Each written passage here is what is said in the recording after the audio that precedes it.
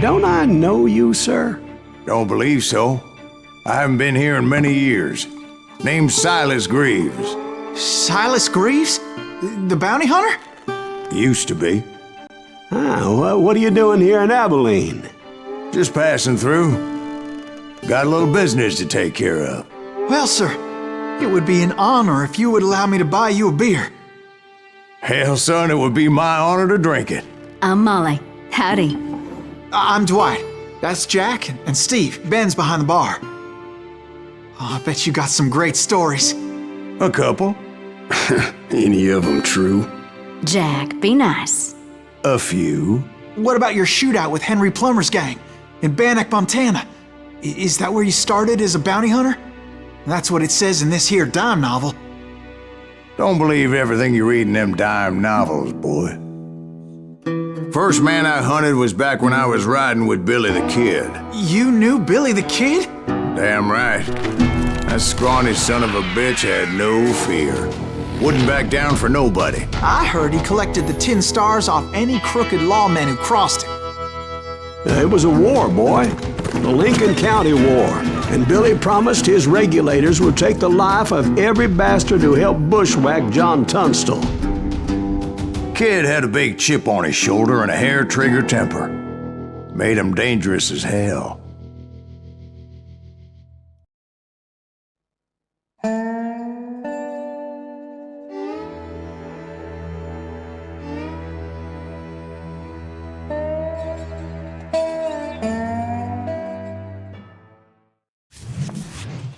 It was about 30 years ago. Billy was hiding out in an abandoned farm near Stinking Springs.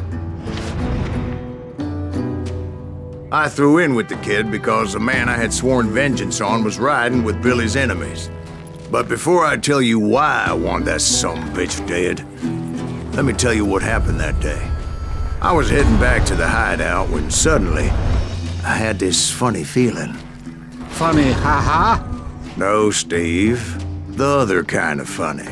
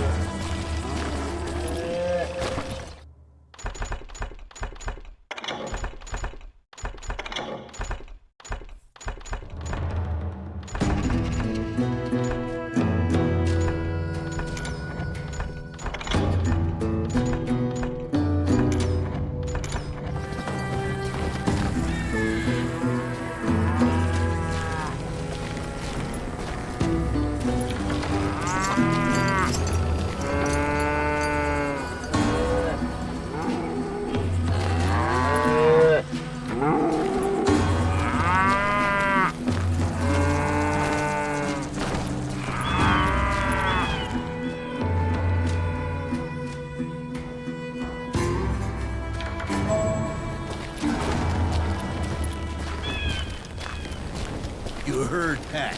You need to stay here to keep an eye on the road. That's not fair. We're missing all the fun.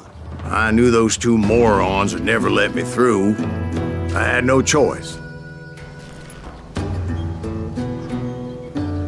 What the hell? Shoot that sumbitch!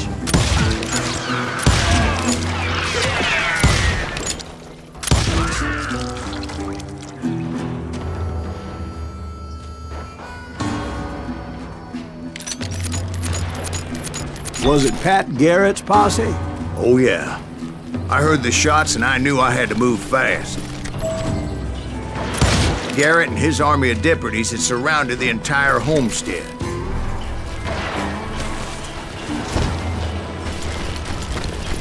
Fire at will! Spread out, guys! They're coming from the rear! I decided to help Billy and the boys out a bit. So that's just what I did.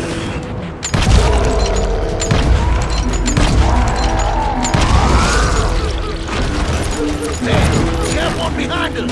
Stay on it! Cover fire!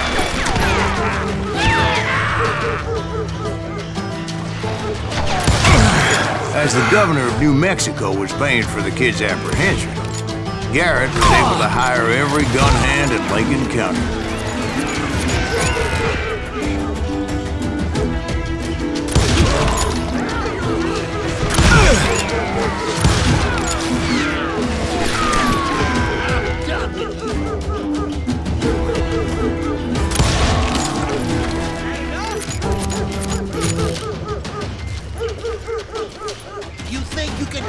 too?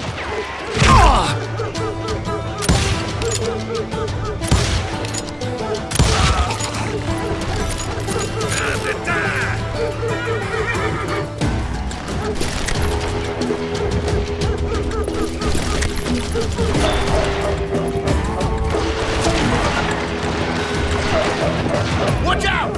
He's one of them! God damn it, he's right behind!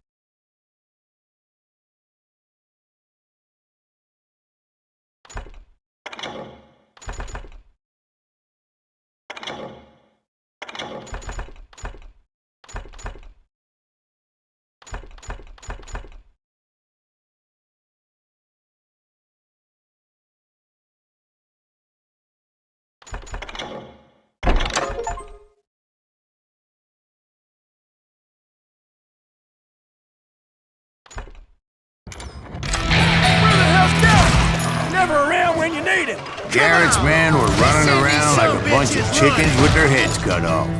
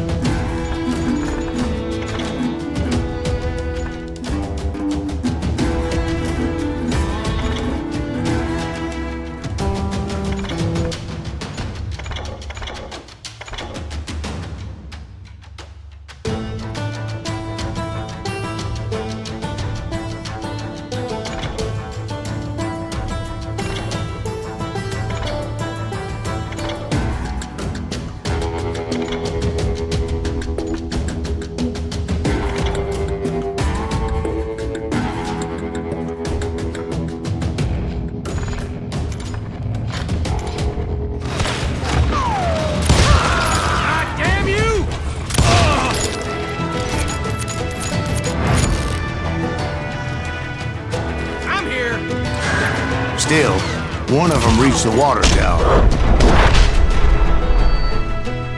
Not a bad idea. It would be a turkey shoot from up there.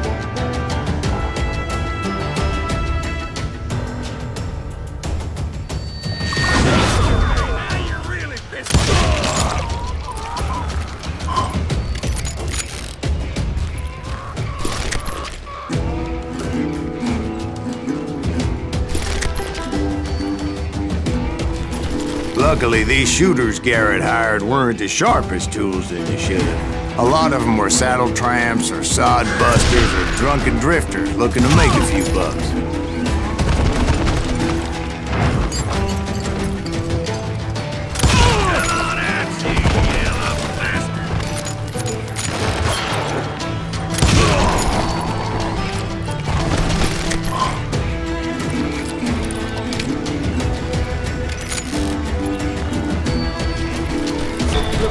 Then, I heard a friendly voice yelling at me from the window.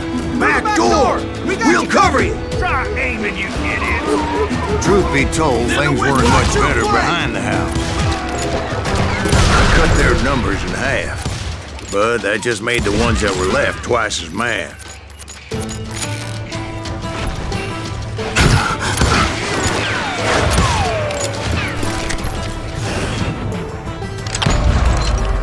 Up for their lack of skill with a seemingly endless supply of ammo.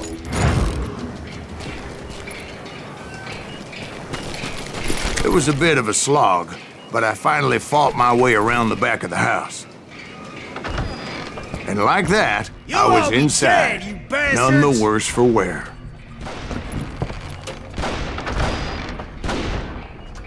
Deader than a rat in a trap!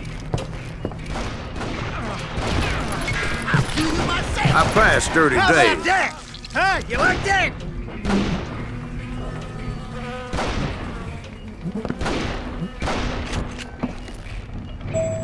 And upstairs I found Billy and Charlie Baldry.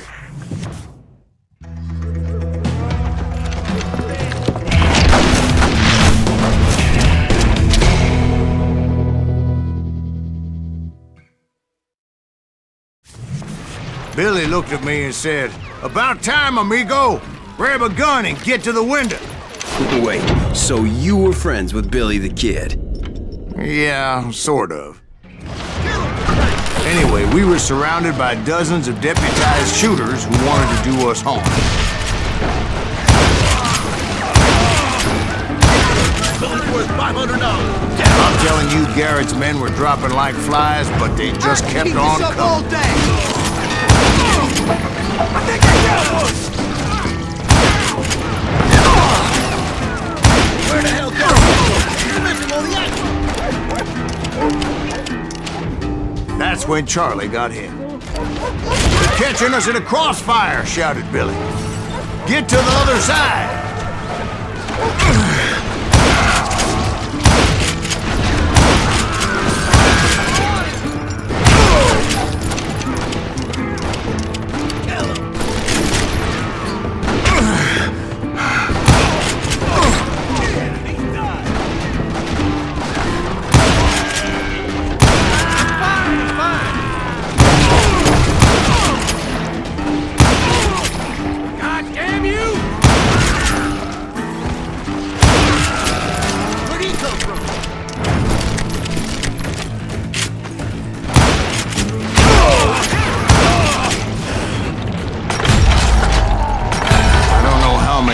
Cocksuckers I personally put down, but it was pretty clear, even to Billy, that maybe discretion was the better part of valor. What's that mean? It means that it was time to cut and run. "They got a Gatlin!" Billy shouted. "Get the horses and bring them round back. I'll draw their attention."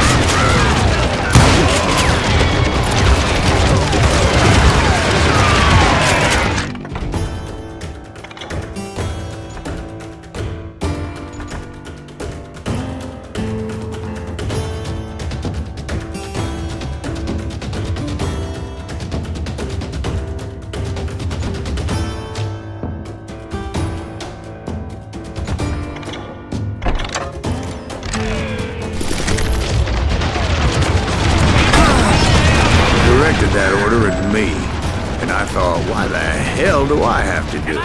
Bullets already?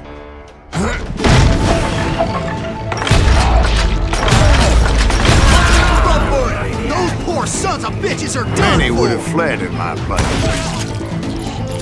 But I had that false sense of invincibility that many young men have. Like Jack here. What are you saying, old man? Jack, he's just joshing me. Yeah, he better be. Mr. Greaves, please continue. Please, call me Silas, ma'am. Now, where was I? You were heading for the barn.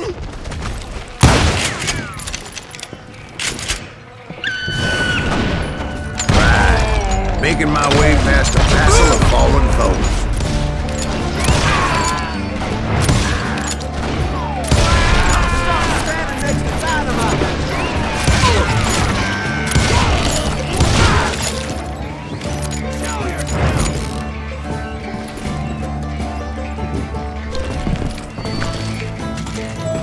Sounds like Garrett hired a whole regiment of hired guns.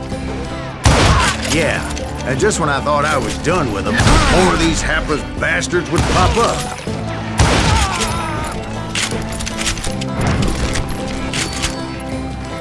Finally, I had the stables within my reach.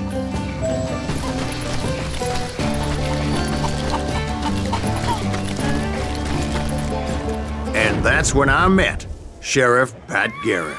I read that you went toe-to-toe with him, sir. That backstabbing bastard with that tacked-on tin star.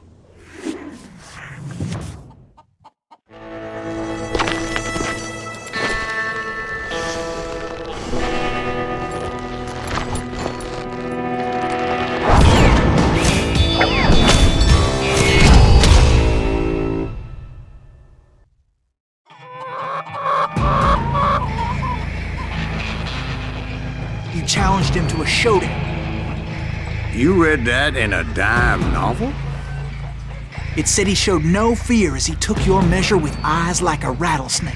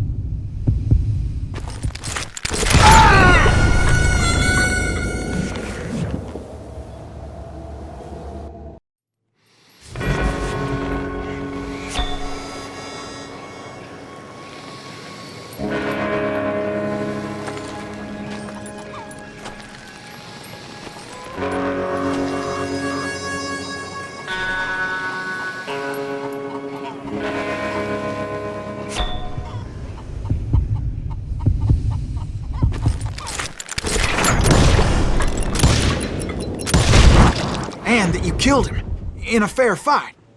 Is that what that Penny Dreadful said? No, boy. That ain't what I meant when I said I met Pat Garrett. So let me start again. I finally reached those damn stables.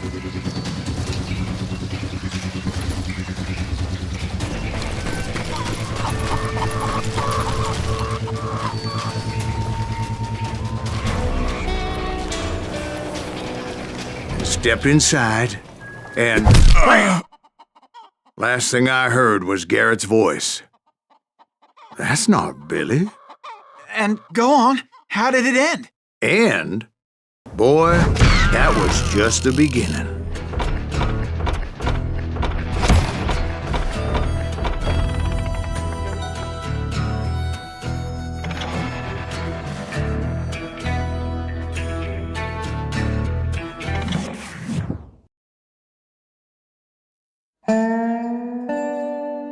So what happened? Did Garrett arrest you?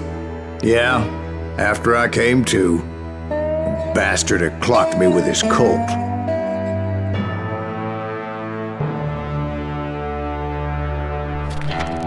And the kid surrendered? When he realized there was no getting out of there alive. So they locked you up in Lincoln? Indeed they did. Sentenced me to hang right along with the kid.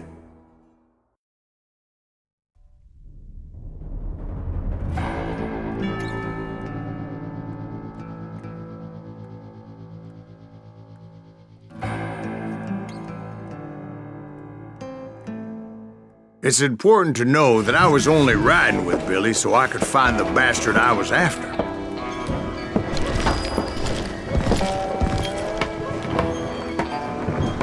He was with John Kinney's gang, and they were sworn enemies of Billy's regulators. Why were you after him? I owed that son of a bitch a bullet for what he had done to me and mine. Instead, all I got for myself was a goddamn death sentence. Luckily, it was right around then that I heard Billy make his move. He shot Jim Bell and a few other guards as he made his getaway. Later, they wrote that some lady friend planted a pistol for him in the privy. What the papers didn't say is that Billy helped me escape too.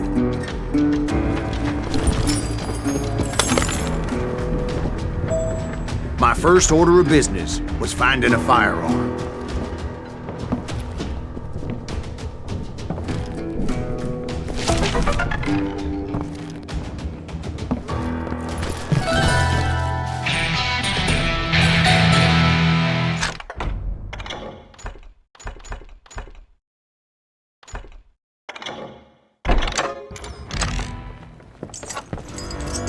Luckily, I located Deputy Bob Ollinger's mean-ass shotgun.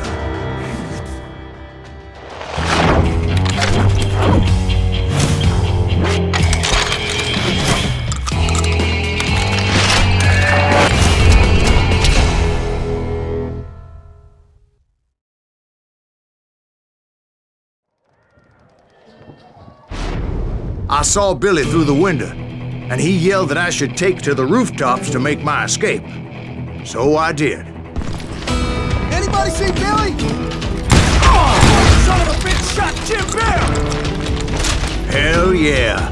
That scatter gun was like a double-barreled howitzer. It could blow a man clear off his feet. You hardly had to aim the damn thing. The kid's escape raised a huge ruckus. Guards were everywhere looking for him. Can't let the kid get away! Oh my God! Anybody see him?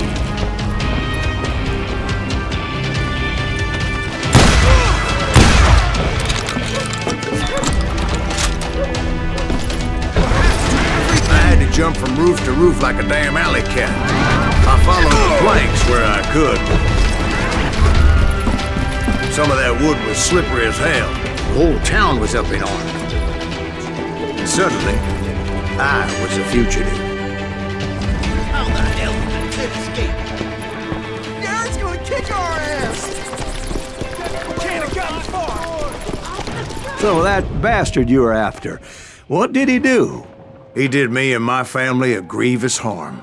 But I knew if I was ever gonna find him, I would need to get my ever-loving ass out of there. I tried to be stealthy and sneak my way past. This town doesn't have a moment's peace. Where'd he get you?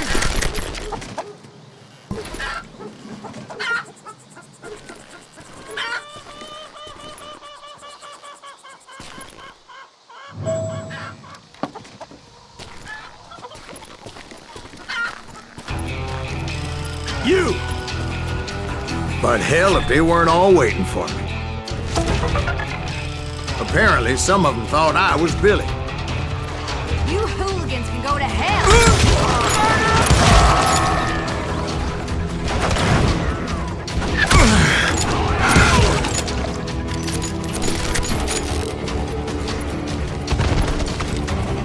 I'll flank you. He's in town somewhere.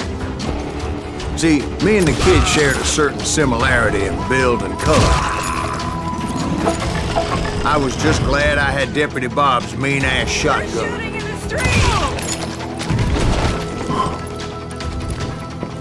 I got you. Let's go. So much lead was whizzing by my head, it was like everyone in Lincoln wanted to put me in the ground. I knew I needed to find a horse. Though I never did have a great fondness for those four-legged grass eaters. Smelly, sweaty, ungrateful beasts. We prize them too high, if you ask me.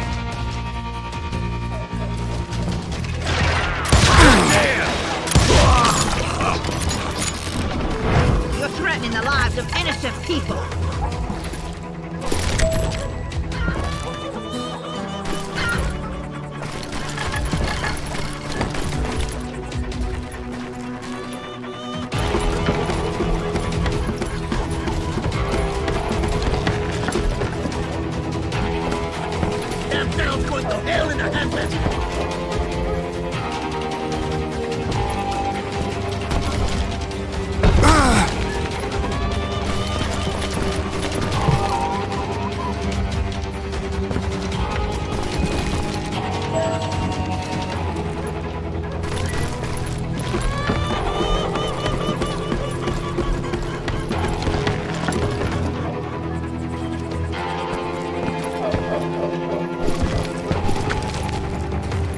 But where was the kid while you were busy getting shot at? Gone. And that's when it occurred to me why Billy set me free.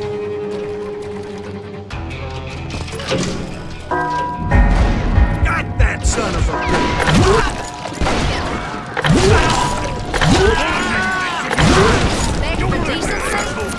So I could be a hapless decoy and draw attention while he snuck out of town.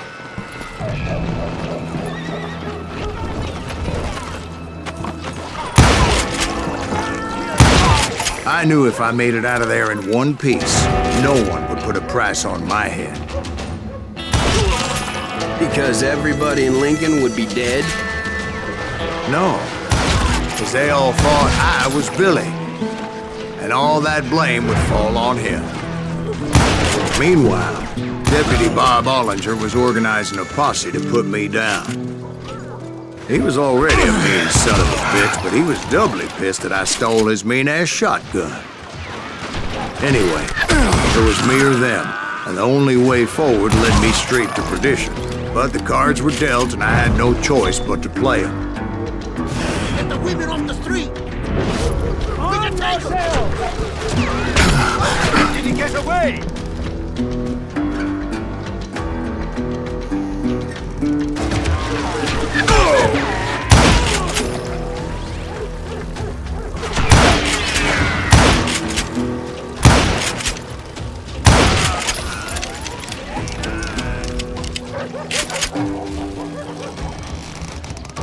Let's do this!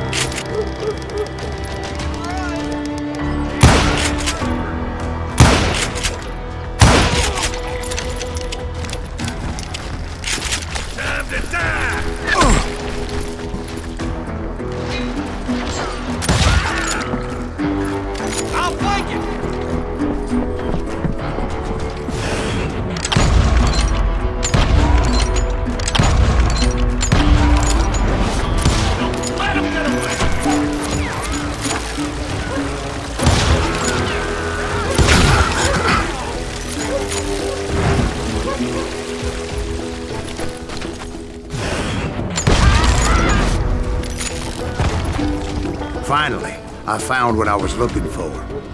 The stables on the edge of town. I guess Billy saved your ass, taking out Bob Ollinger the way he did. Billy didn't kill Bob. Well, sure he did. He dispatched him right after he shot Deputy Bell. No, sir. Because Bob came right up behind me, angry as hell that Billy had lit out. "Hello, Bob," I said. "I think you better let me go." And he says, "I don't think so, boy. Not with my shotgun." So we stood there in the middle of the street, eyeball to eyeball. He intended to kill me, and I knew I had no choice but to defend myself.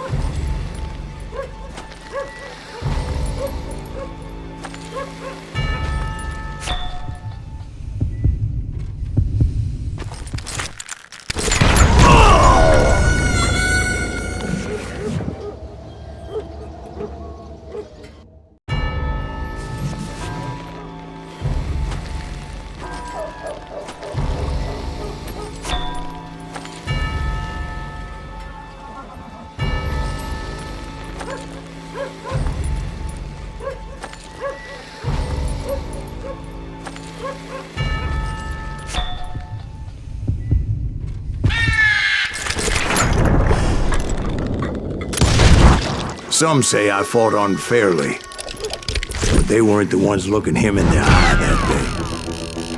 Pat Garrett gunned down Billy 3 months later, so his escape was all for naught anyway.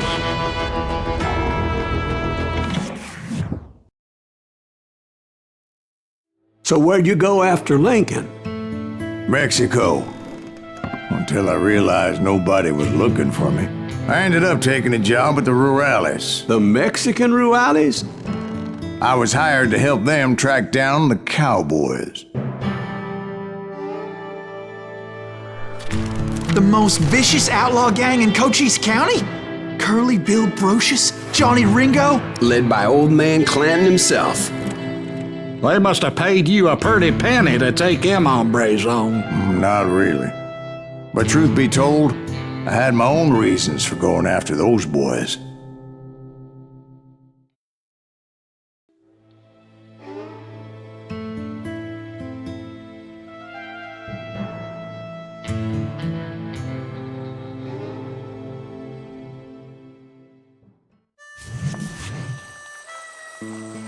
So was the bastard you were after now riding with the cowboys?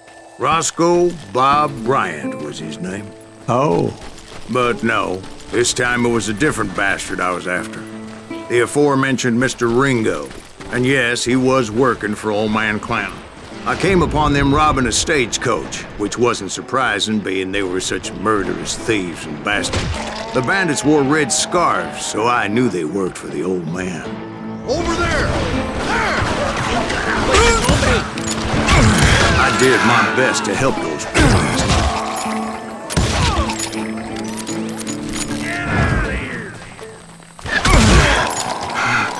Moments later, the attackers were dead, and I checked the stagecoach to see how many passengers were still breathing. None. It was then I wondered if the rocks weren't hiding more bandits. Was that all of them? Or did I just hit the rear guard? I quickly got my answer. They attacked from on high like Apaches often did.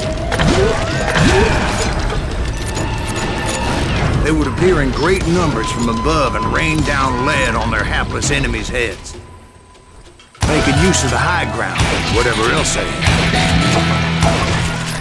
Yep, the Apaches always appeared out of nowhere, and there never seemed to be an end to them. Hold on. Were you attacked by Apaches?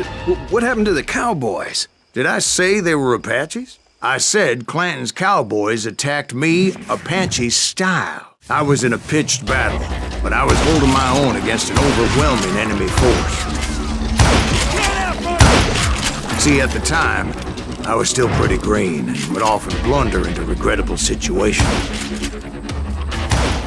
But I just kept shooting at anything I could see up in those damn rocks. I didn't see Ringo, but I knew he was with the cowboys. He and Roscoe Bob had done me a dreadful wrong, and I was determined to have my revenge. But to get to Ringo, I knew I'd have to fight my way past these other assholes first.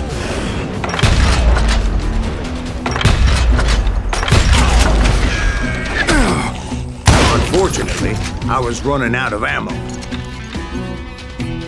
Another perfect example of my relative inexperience as a hunter of men. I immediately knew that a tactical retreat was called for, as my vengeful fury was much less impressive without the bullets to back it up.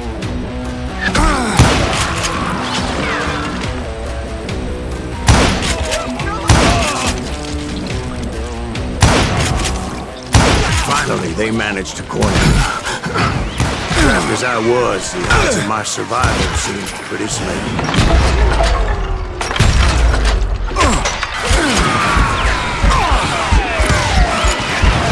Luckily, serendipity was on my side as I suddenly spotted a way out of my predicament.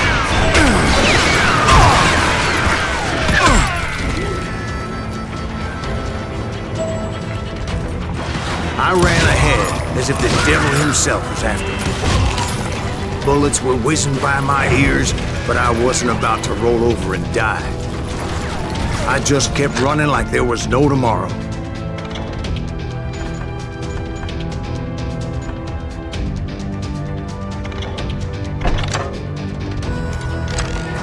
Because there wouldn't be if Clanton and his men caught up with me. As I was scurrying around those caves, I thought, oh, what was I thinking? Going up against a gang like this. Where's he gonna run to now?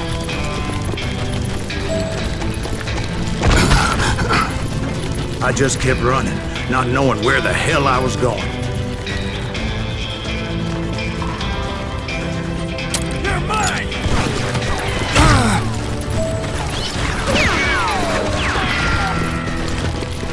And that's when something miraculous happened.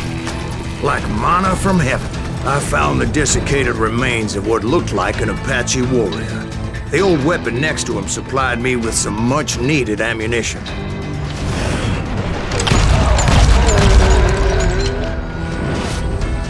Bat Masterson once told me it was more important to be lucky than good, and he would know.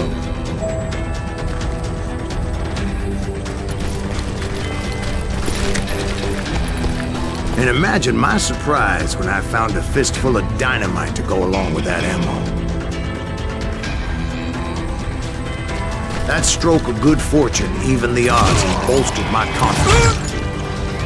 It was time to turn the tables. Time for the prey to become the predator. Time for the hunted to become the hunted.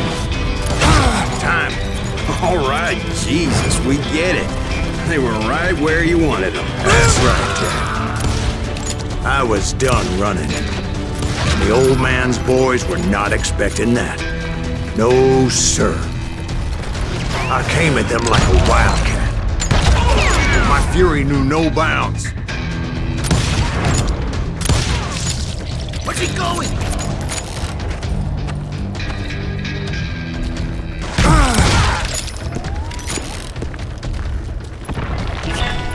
It was finally time for that old man to pay for his sins.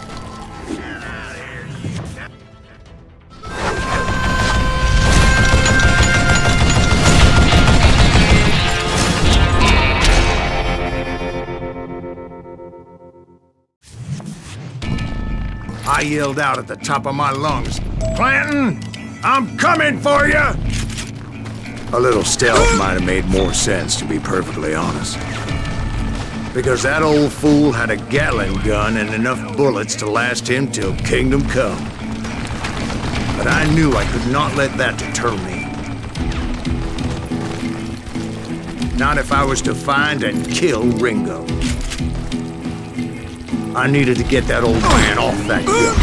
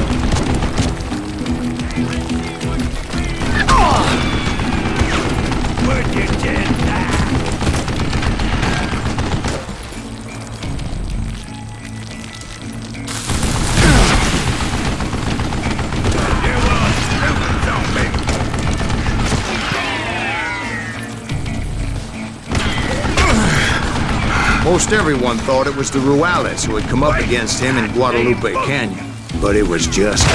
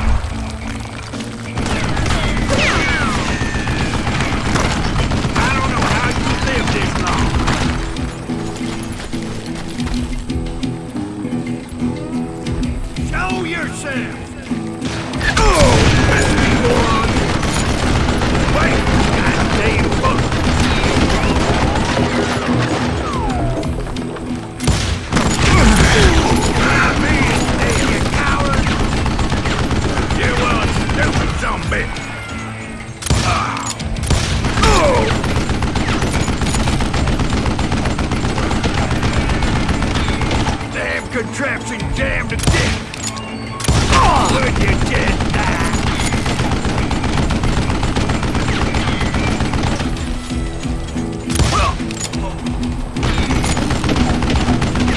What I ever do to you? Oh.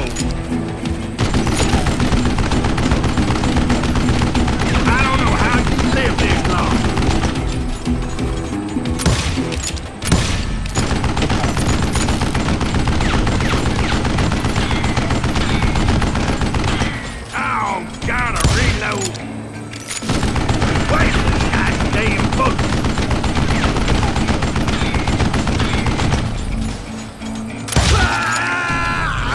Apparently, one of the cowboys made it out of there alive and told Ike and Billy Clanton that it wasn't a Mexican who took their father's life that day. They just assumed it was one of the Earps, and that little misunderstanding eventually led to that legendary gunfight at the OK Corral.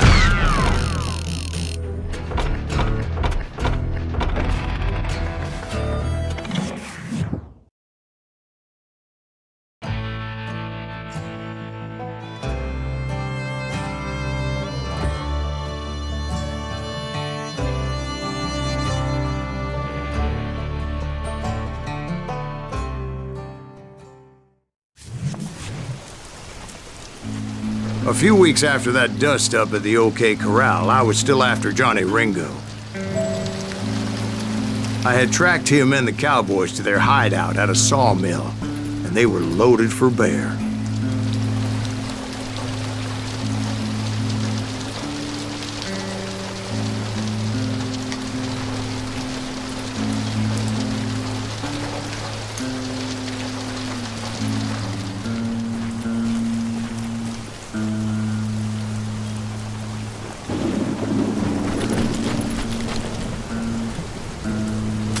So, what exactly did Johnny Ringo do to piss you off? Well, him and that other bastard. Roscoe Bob Bryant? Yep. They both deserve to die, and I promise I'll tell you why. But first I need to tell you about the Cowboys' new boss, Curly Bill Brocious. Herb's coming! Get ready, boys.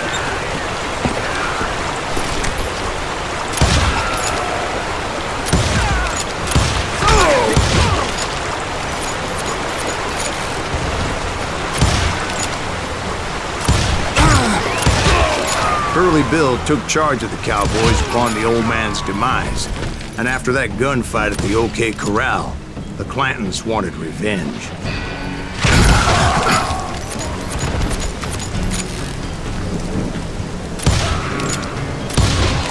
So they murdered Morgan Earp and grievously wounded his older brother, Virgil.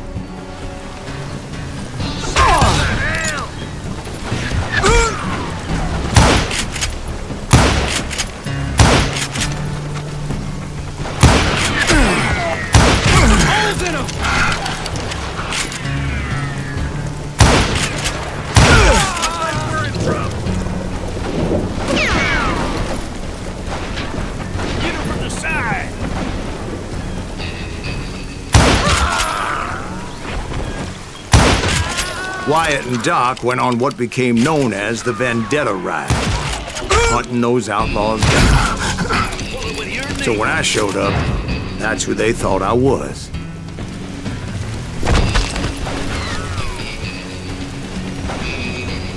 Die, damn it!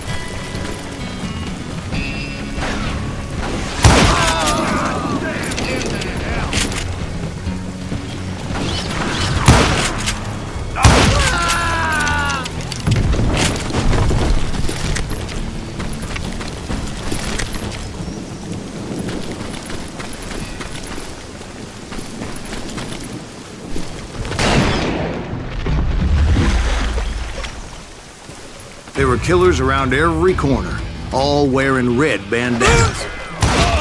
That's how the Cowboys identified each other, and I was beginning to wish I had one myself.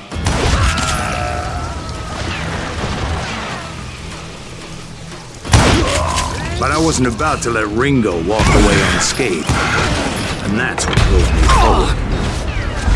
They say that Ringo was infernally fast. I hardly saw anyone faster, boy. Certainly not Wyatt Earp. That man was all hat and no cap.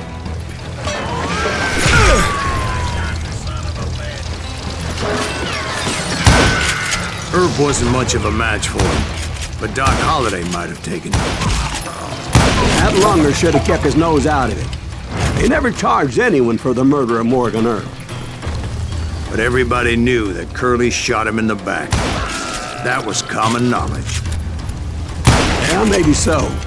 But Ringo had nothing to do with it. He was just being loyal to a friend.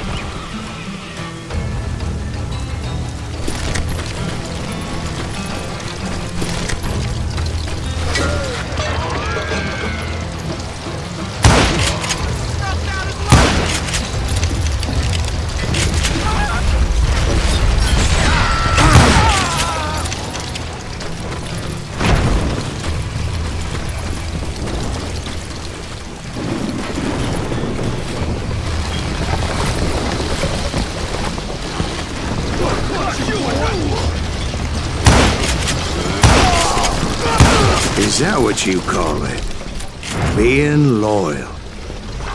Excuse me, sir. I have a question. What's that, Dwight? After old man Clanton died, why didn't his son take over the Cowboys? Because Ike Clanton was dumber than a box of rocks and a yellow belly to boot.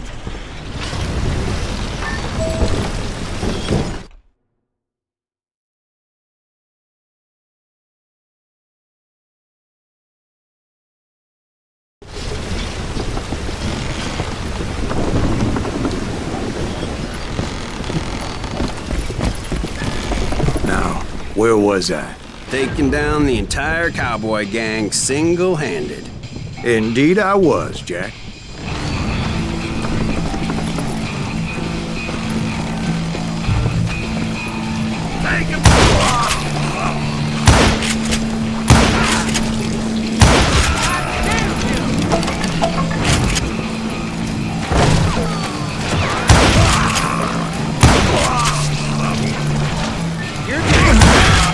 Though it wasn't easy, as those boys had good cover.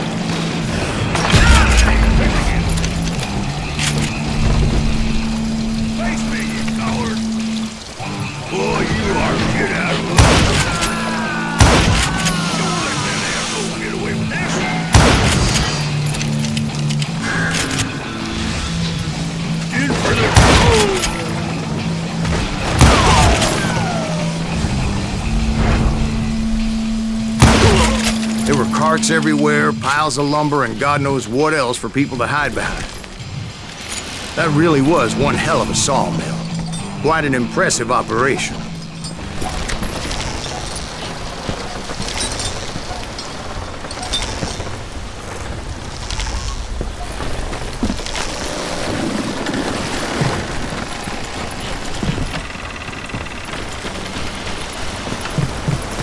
And where was Curly Bill? Did you see him?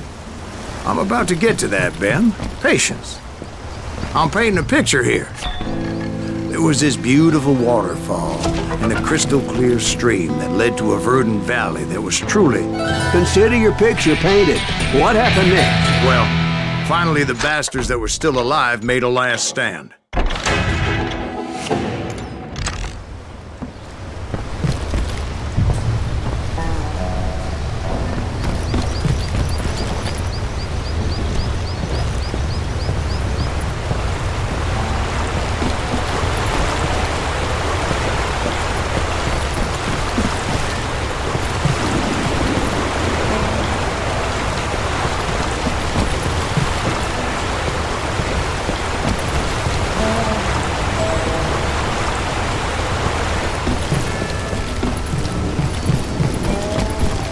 Curly Bill, Johnny Ringo, and his compadres took off into the lumber yard, and I followed after.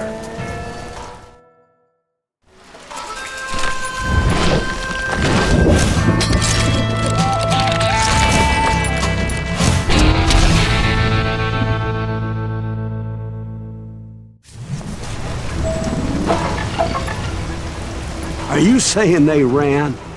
Cowardice was not in Ringo nor Curly Bill's nature. No, sir. I never said they were running scared. They just wanted me on the open. Time to dance with the devil! You working for one, huh? That son of a bitch continue to kill me! Help me out here!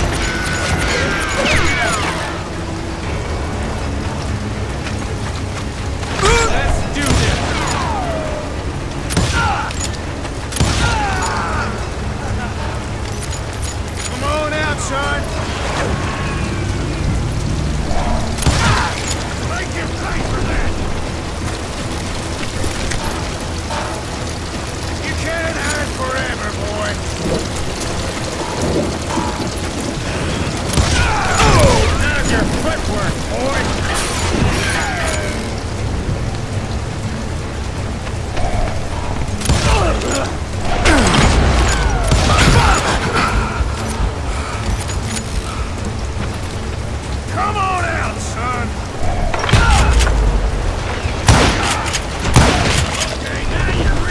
Lucius gave me no choice but to take his life. But Ringo was nowhere to be found. I knew you didn't kill Ringo, because he was found dead in a different location altogether. To this day, his killer is still unknown. Indeed. Took me a few months before I finally tracked his ass to West Turkey Creek Canyon.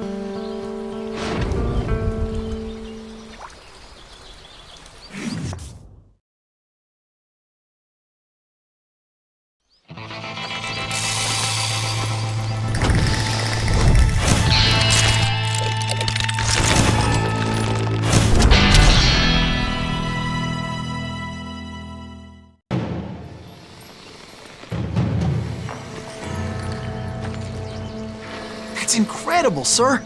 I always thought that Doc Holliday was the one that killed him.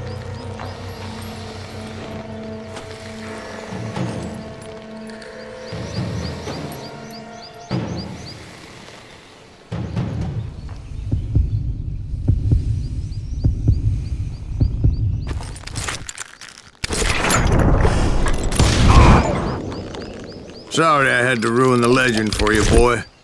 But the legend ain't always true. Doc Holliday had nothing to do with the death of Johnny Ringo.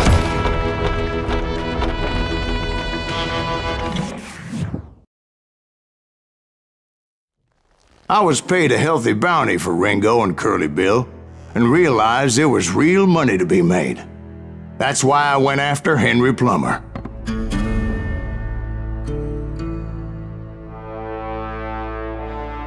Now, wasn't he the sheriff who augmented his income by shaking down miners and robbing gold shipments? That's the one. Oh, yeah, I remember him. He ran that gang of thieving outlaws called the Innocents. So it's true that you went toe-to-toe with him? Indeed I did, son. Indeed I did.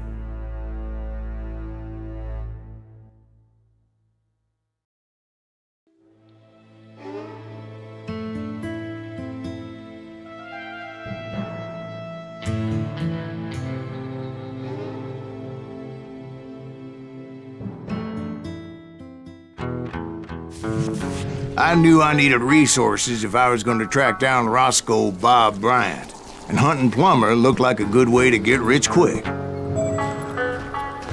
As the local vigilantes exposed him as the leader of the bandits, and put a generous price on his head.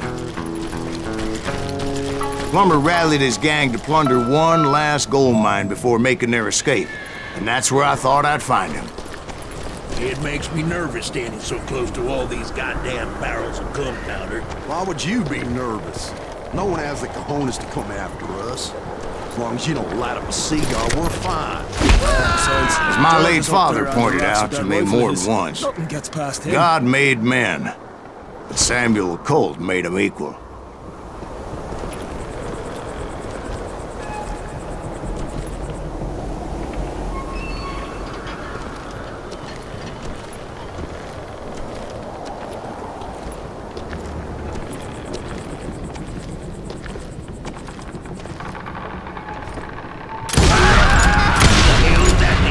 Don't let him get a shot up! Oh!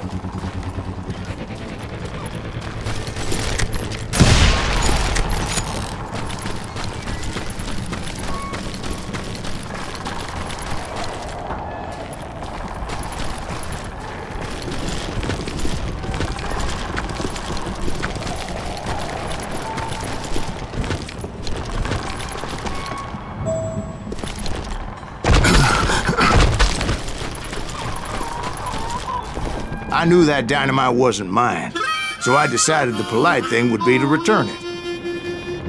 It was the biggest gold rush since Sutter's Mill in '48.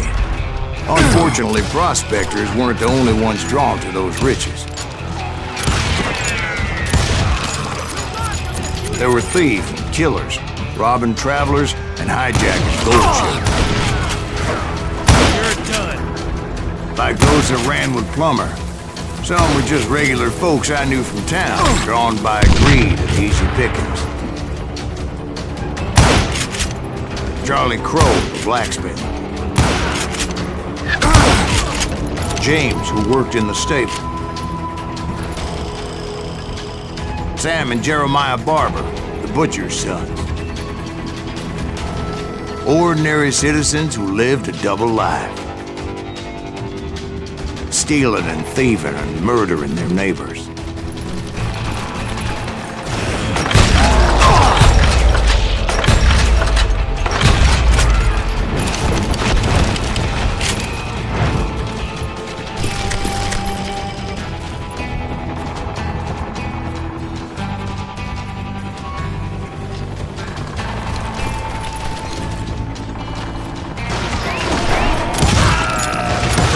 Of course, the rest were veterans of the Civil War.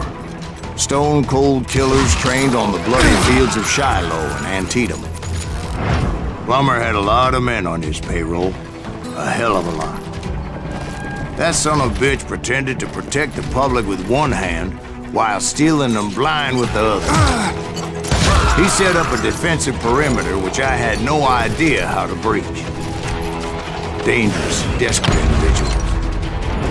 I was outnumbered and in way over my head, but I was too damn stubborn and stupid to realize it. They must have thought I was touched, or had some kind of death wish. I thought I was some kind of hero.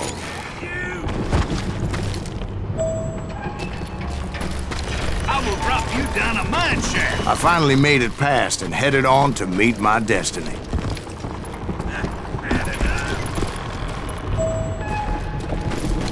But first, I had something I needed to figure out. I had a few ideas on how to get into that mine, but once I made my decision, I knew there was no turning back. So my first thought was to enter the nearest mine portal. I saw an entrance. Made sense. It was the quickest way in, but that also made it more dangerous, as there would undoubtedly be enemy pickets posted along the way.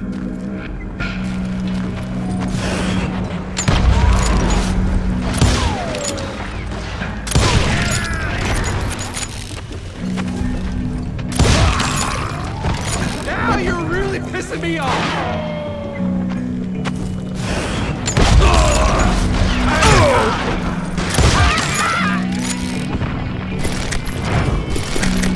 Besides, once you enter a mine like that, it's easy to get all turned around. And that confusing maze of corridors wouldn't even be the worst of it. Some of those shafts could be as deep as hell.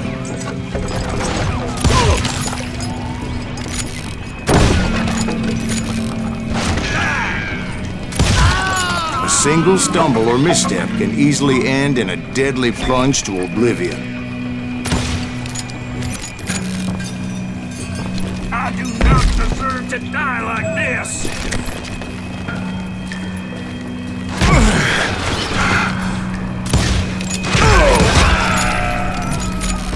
Quick reflexes often make up for a lack of common sense. Luckily, I was never one to be easily bushwhacked.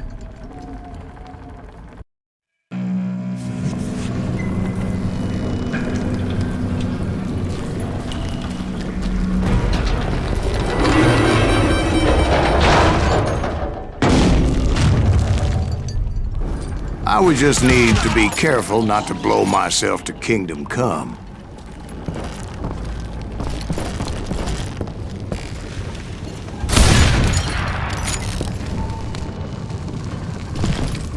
With all that gunpowder and dynamite everywhere, a body has to know what he's shooting at.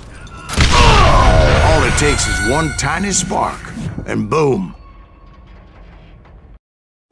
Surprise!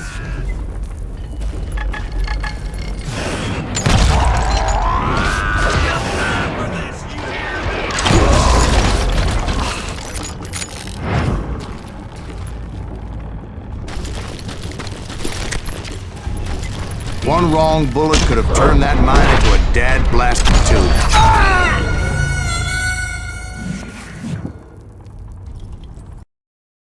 Take that asshole out!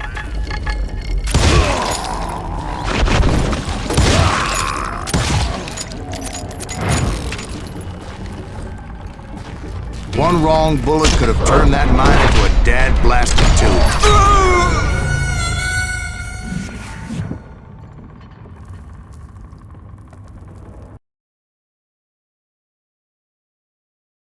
There he is!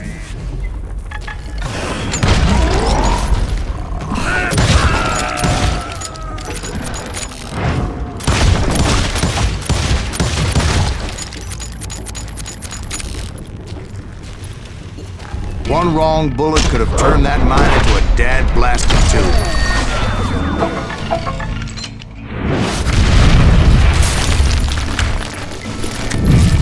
I freely admit that my plan of attack was not just moronic, but clearly insane.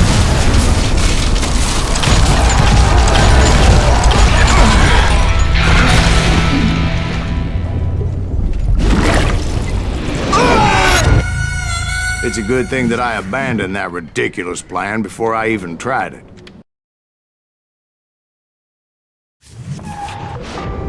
Instead, I spotted a ladder, way into the mine from the opposite side.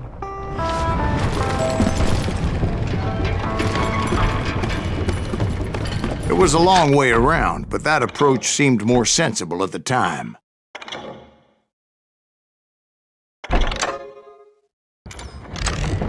Of course, being I had a problem with heights, that scaffolding scared the bejesus out of me. Climbing down that ladder required some caution, because even though I had a younger man's reflexes, no man can dodge a damn bullet while climbing down a rickety ladder.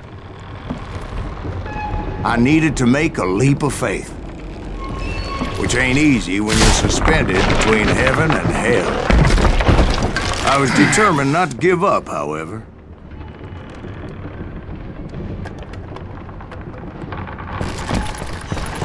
That Sheriff Plummer seemed quite a despicable character.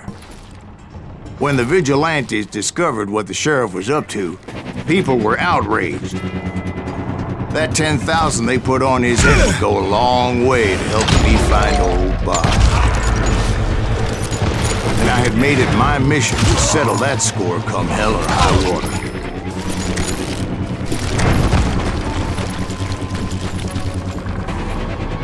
But first, I would have to make a choice. Take the elevator or climb the ladder.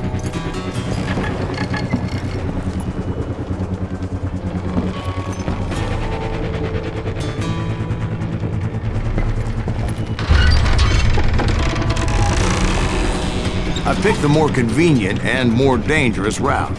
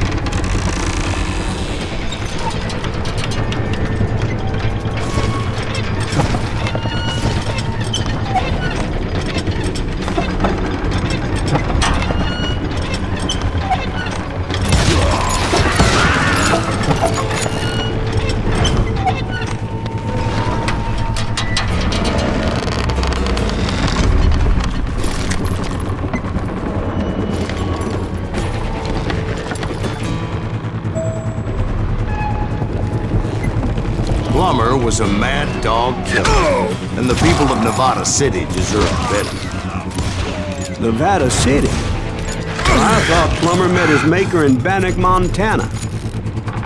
Right, well, he was the sheriff of both places at one time or another, but that's neither here nor there. The point was, taking him down would save a lot of lives, including my own.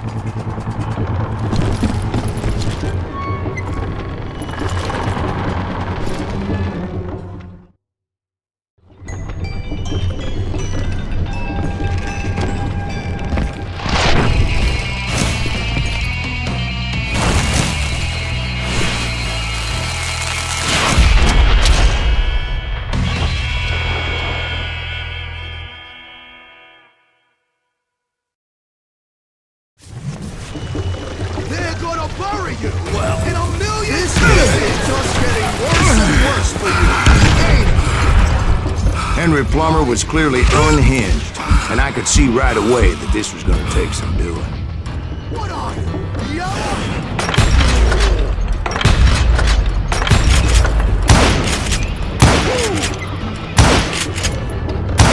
Damn it! I need some help here! Come on, boys! Take this cocksucker out!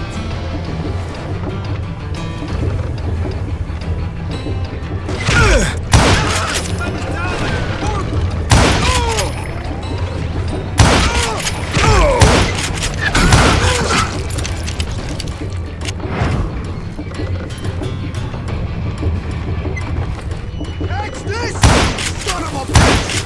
You ain't taking me!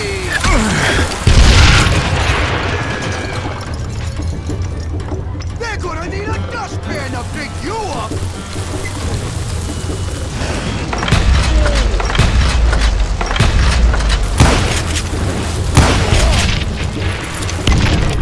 No blood money for you today!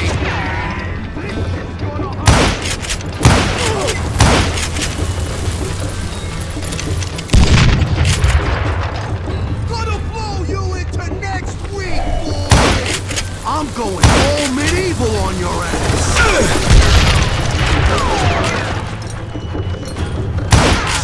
Don't toy with him!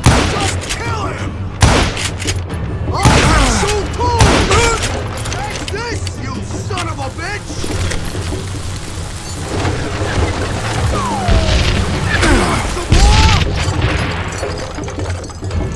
You can shoot! So that's how Henry Plummer died. Him and his crew were worth their weight in gold.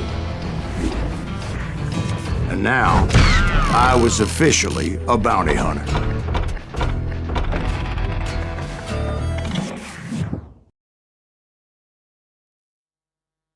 So, did you finally go after that Bob feller? Well, I heard word he was in Kansas with John Wesley Hardin. So that's where I went. Where in Kansas? Abilene. Why do you ask, Ben? No reason. Was Hardin as fast as Ringo? Ringo was fast, but John Wesley was as fast as the devil himself.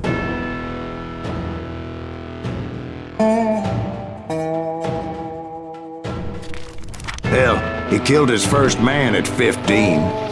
From that day forward, he had a price on his head and wouldn't back down for nobody, not even Wild Bill Hickok himself.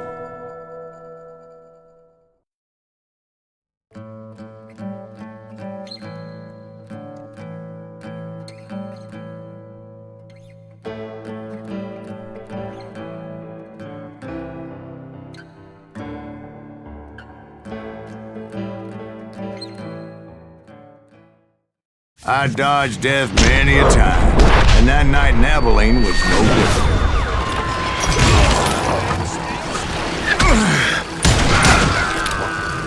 I was there with the intention of finding that bastard Bob and collecting the bounty on John Wesley.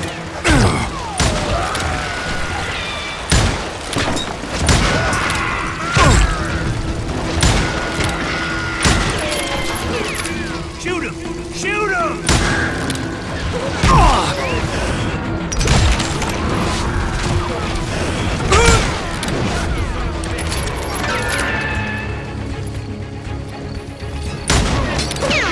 Damn, he's hard to hit!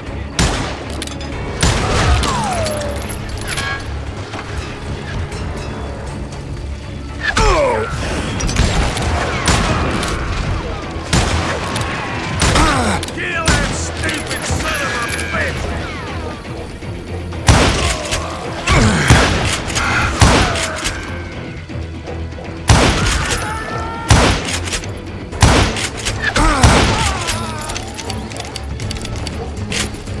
I thought the Texas Rangers got Hardin. Yeah, that's what they want you to believe. It was cold in a witch's tit and a brass bra that night as I fought my way past his loyal compadres.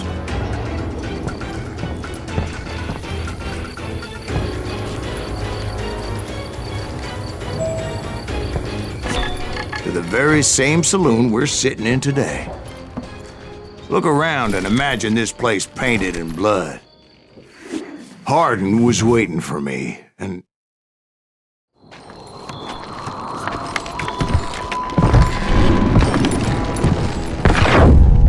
Wait, I'm jumping the gun here.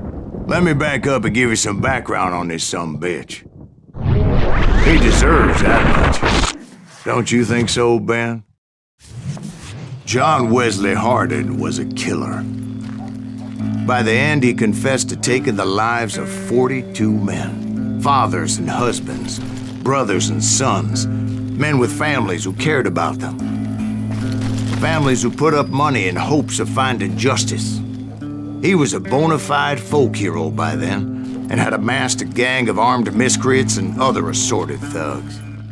He and his men set up camp outside of town, and I was hoping Bob was among them. Shit, it's cold out here.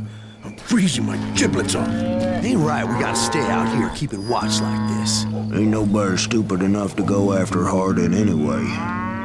Better 3 hours early than a minute too late. Damn it!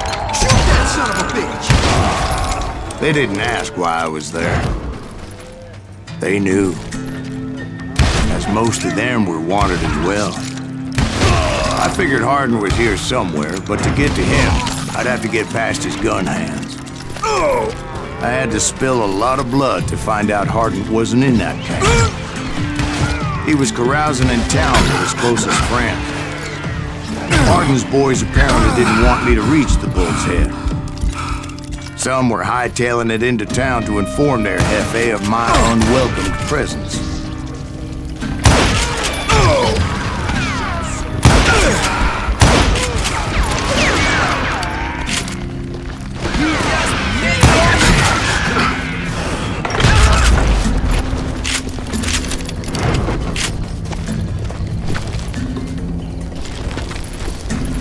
Tell Hardin someone's coming for him! Stop that sumbitch! Let the boys know we got another law dog.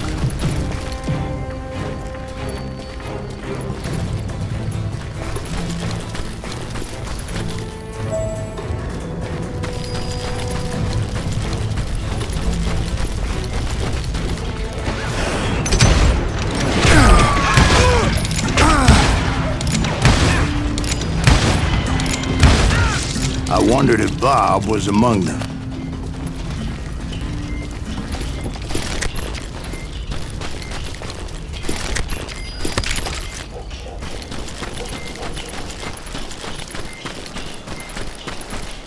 And I steeled myself for the fight ahead. For as good as I was, deep down I wondered if John Wesley wasn't just a little bit better.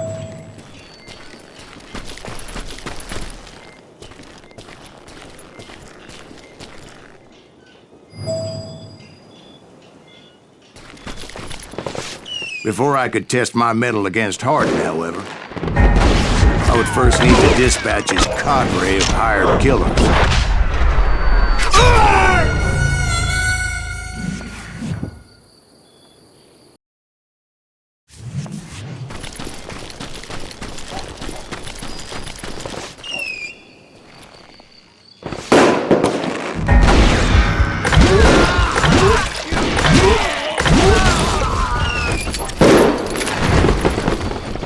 Most of these degenerates were beyond redemption, but John Wesley might have been a different story.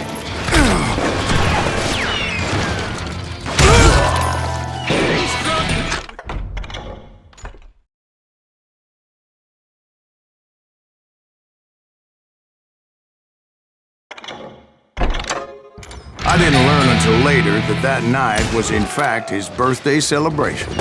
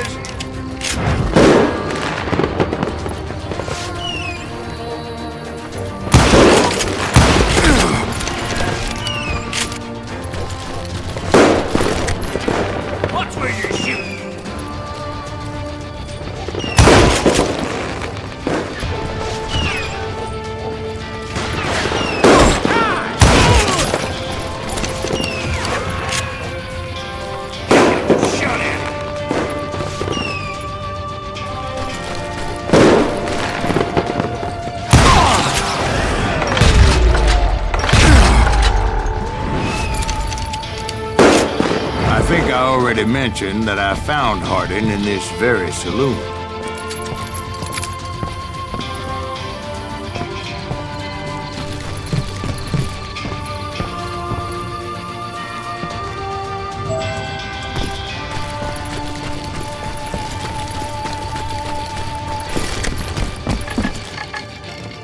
Suffice it to say, nobody there was happy to see me. In fact, I felt a certain hostility.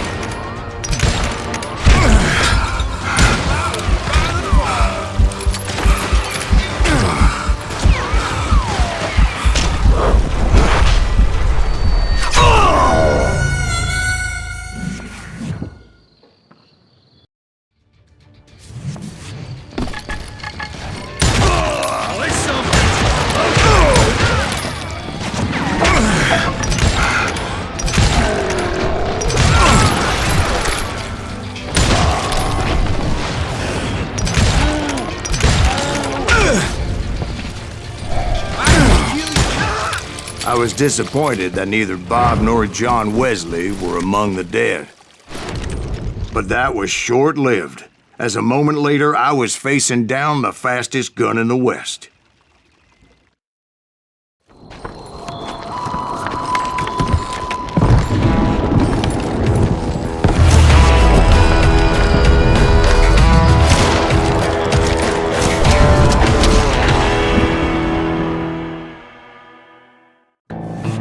I felt a bolt of adrenaline, or maybe that was fear. He was well known for his tricks, and I knew I'd need my own if I was ever to defeat him.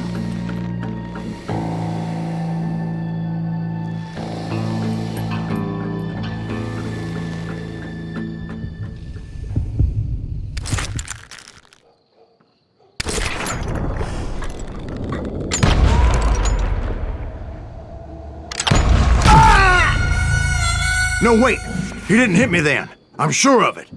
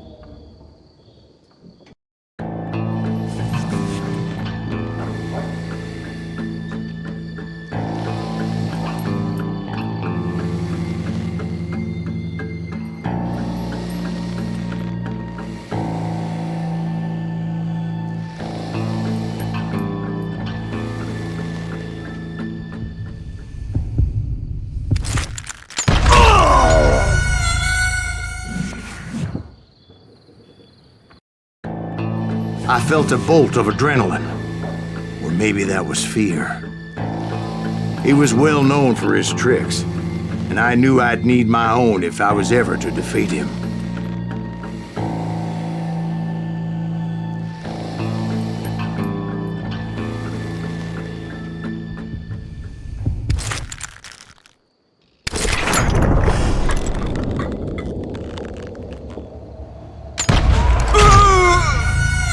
No, wait!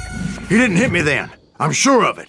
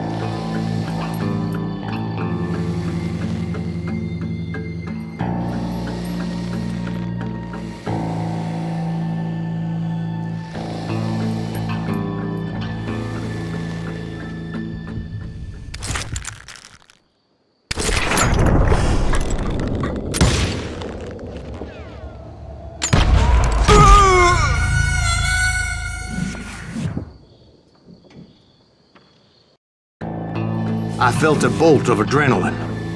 Or maybe that was fear. He was well known for his tricks, and I knew I'd need my own if I was ever to defeat him.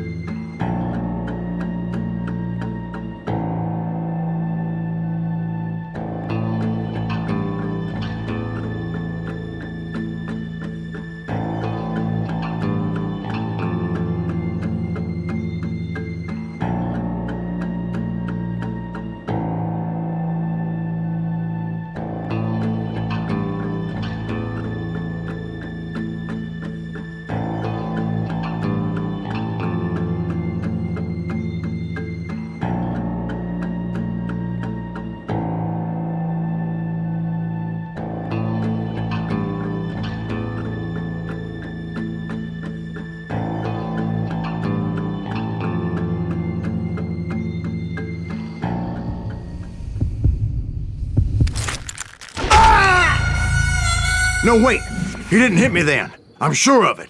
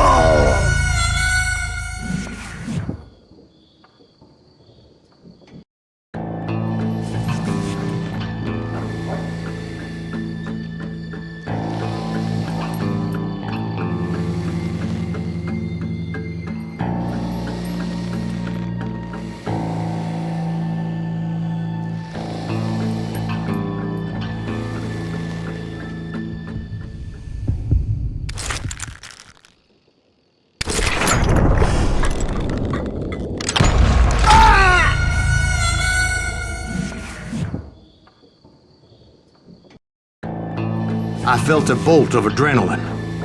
Or maybe that was fear.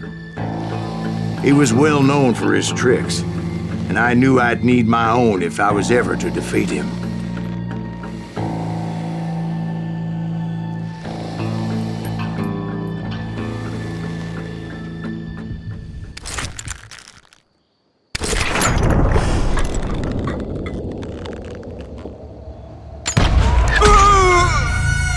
No, wait! He didn't hit me then. I'm sure of it.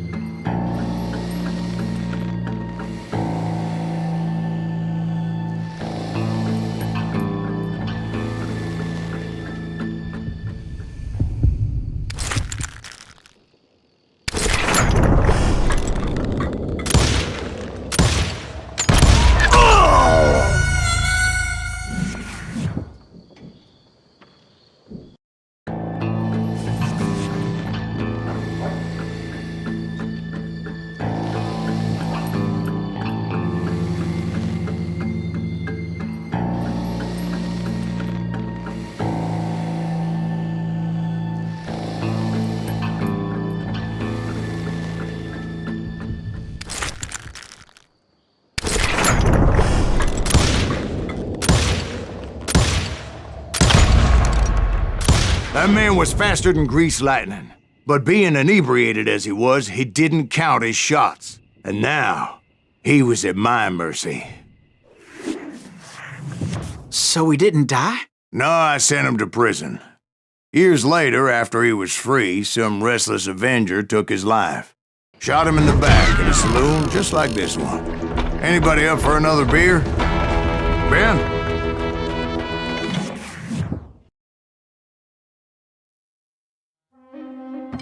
Thank you, darling. Yeah, some say revenge is a dish best served cold. So whatever happened to that Bob guy you were after? Personally, I'd like to hear some of your other adventures. Like, I don't know, did you ever go toe-to-toe with a red man?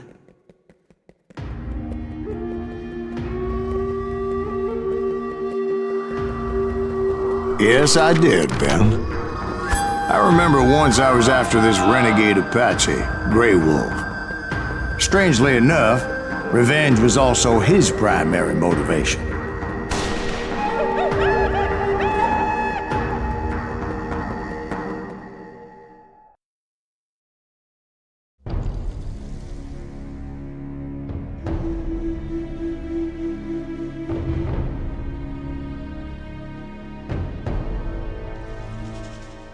A bounty was put on Grey Wolf's head, and that's how I came to hunt him in the mountains. Mountains so high they tickled the nether regions of heaven.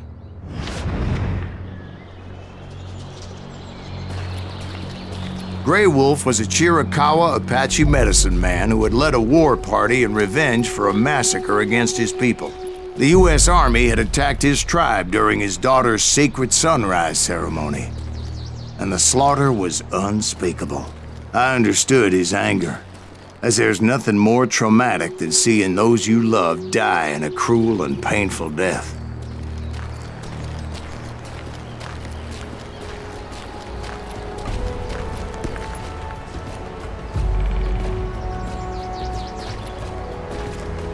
Right from the beginning, I couldn't shake the feeling that Grey Wolf was watching my every move. He led a band of young Apache warriors who wanted retribution and were more than willing to die for him.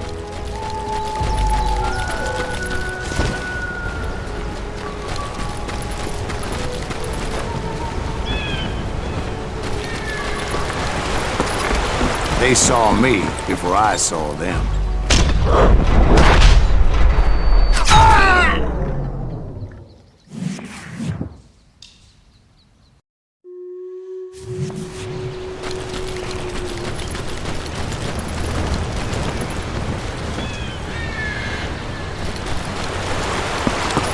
They saw me before I saw them.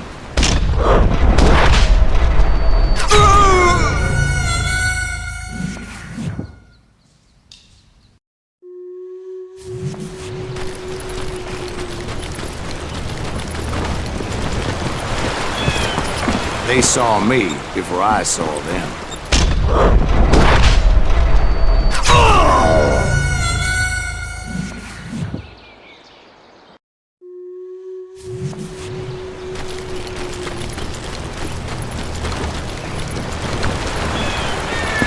They saw me before I saw them.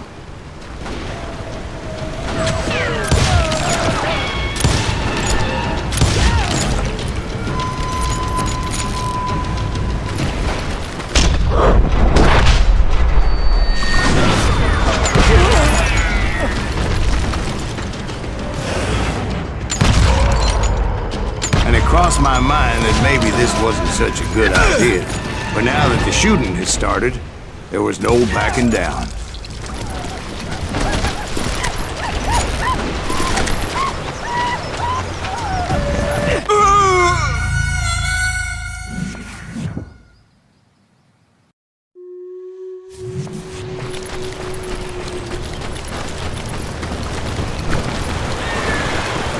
They saw me before I saw them.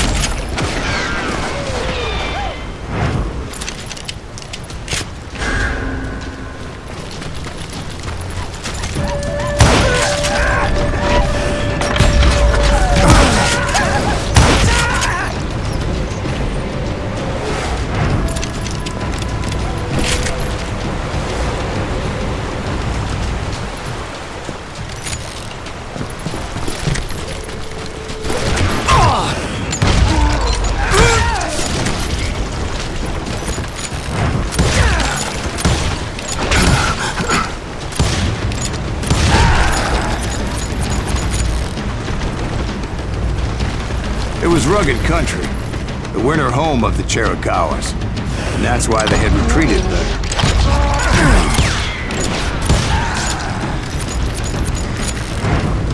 I admit to having some regrets about going after them the way I did. But then again, I got a lot of those.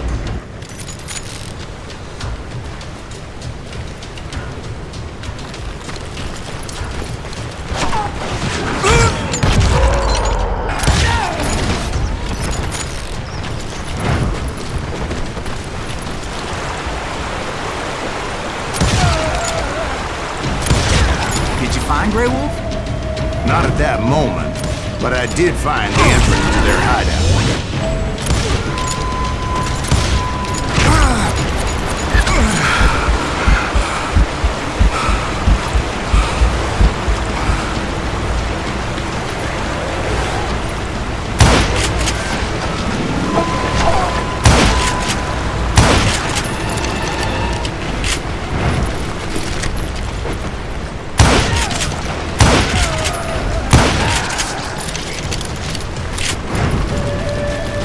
Deep crevice that led to a deeper cave.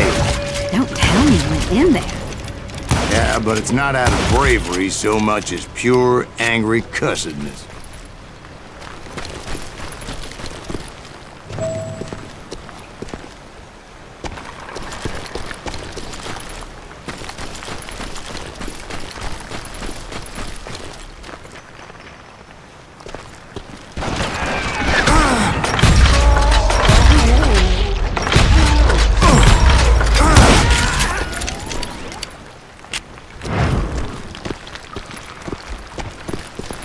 See, back then, I had a stubborn streak a mile wide, and I wasn't about to back down. So it was like pitch black in there? Actually, it was pretty well lit, as they had torches on the wall.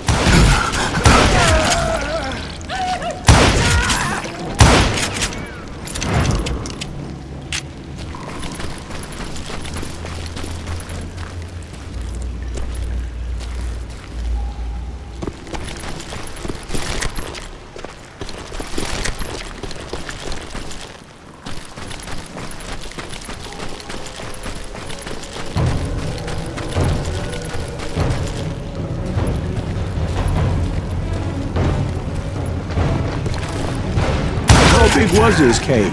Big as hell, Ben. Chiricahua had hid out there during the Indian Wars.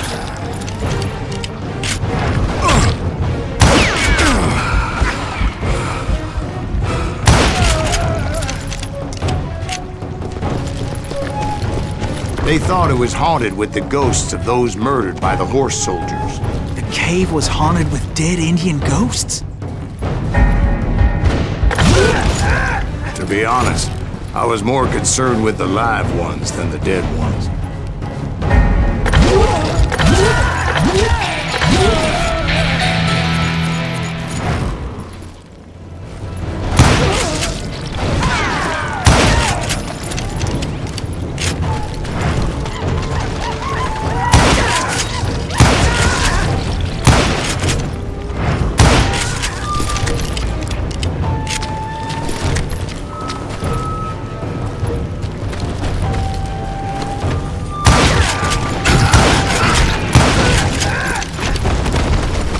How come you know so much about engines? A few years back, I was married to 2 Mescalero women. At the same time?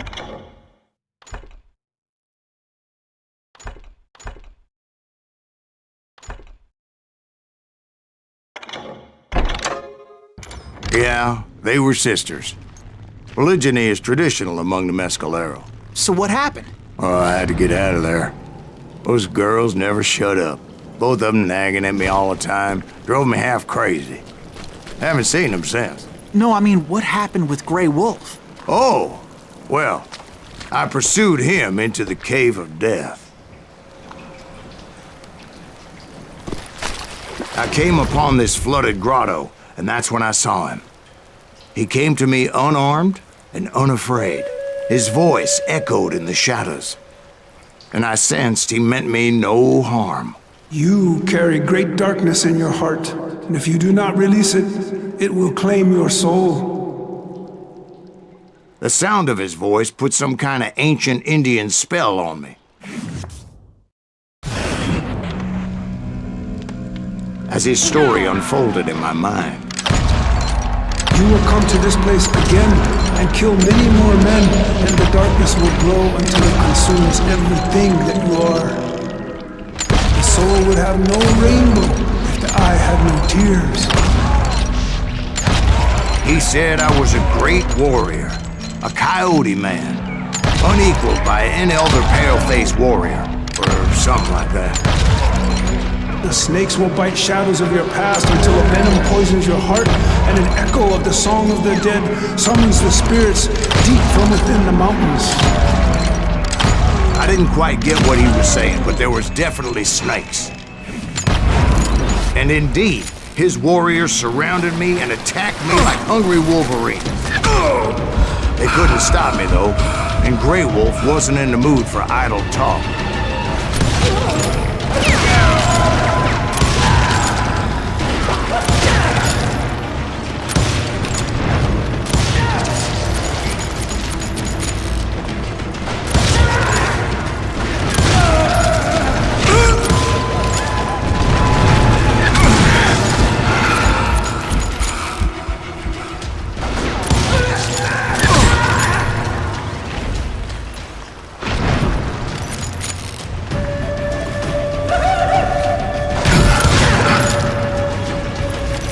I swear I couldn't see any way out of this trap. But suddenly, one just appeared. Kind of like a miracle.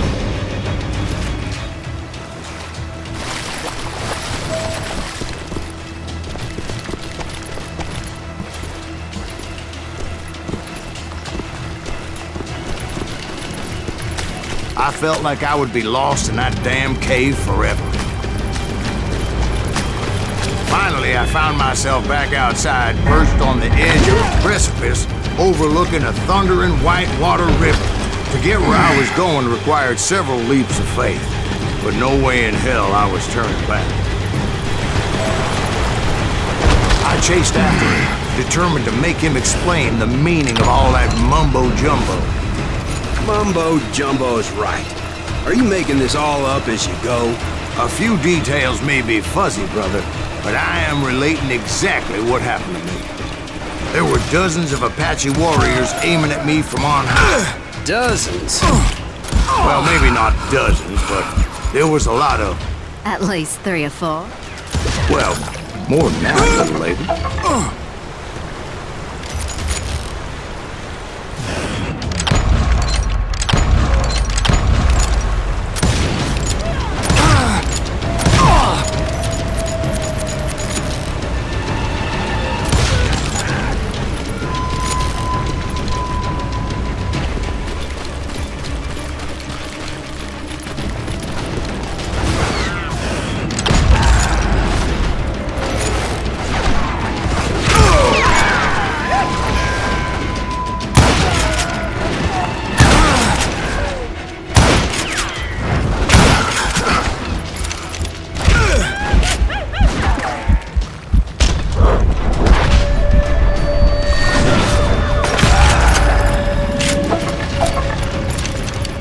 Steep climb up creek ahead of me and scrambled up those rocks like a mountain goat.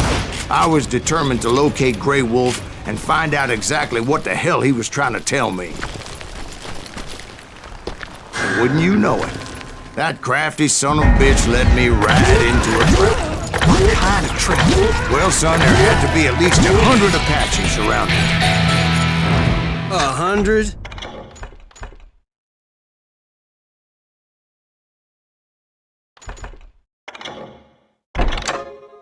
God be my witness. Oh, come on. Who you kidding? Hey, I believe you. Come on, tell us how it ended.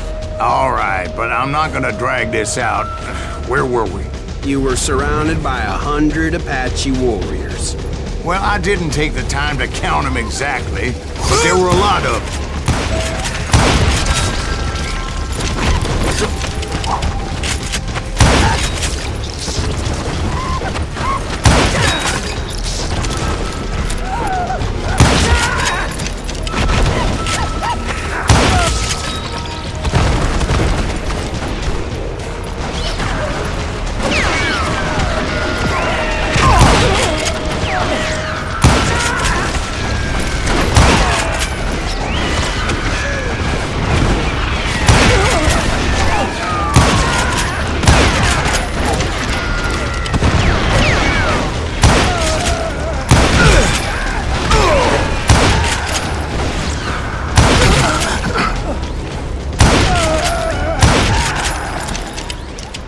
And in the end, a path appeared before me that I had not seen before.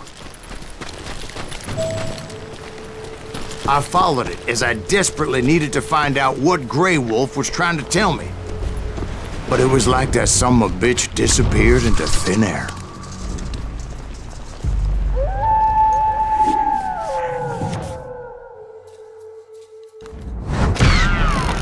Never did find him. And never did collect my goddamn bounty.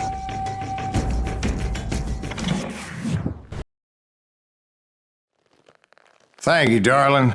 It's interesting how the truth can sometimes seem, might malleable, depending upon your point of view. Like how those dime novels make you out to be something you're not? Jack, don't be starting trouble. No, he's right. They do tend to exaggerate. Did they exaggerate your part in taking down the Daltons? Well, I was there in the flesh, boy, so I saw what happened firsthand.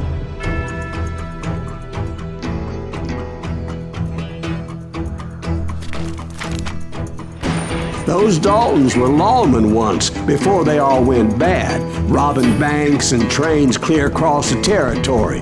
Until Coffeeville, of course. I was one of the citizens who took up arms that day. Fighting on the side of the right? I did my best, sir. We all did.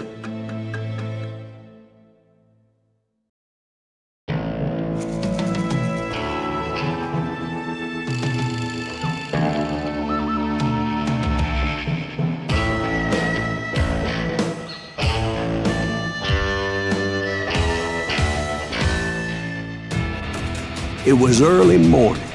One of my friends was a local gunsmith, and he handed out firearms to anybody who'd take one. You see, the Daltons got it in their heads to rob 2 banks at the same time. 2 banks on the same damn street. Story was Bob Dalton's girl was always writing him about how he had no ambition. Oh, you're nobody next to Jesse James, she'd say. Finally, the bastard took his brothers to Coffeyville just to shut her up. Well, the locals recognized the Daltons right off. Before they could get away, half the town took up arms to defend their property.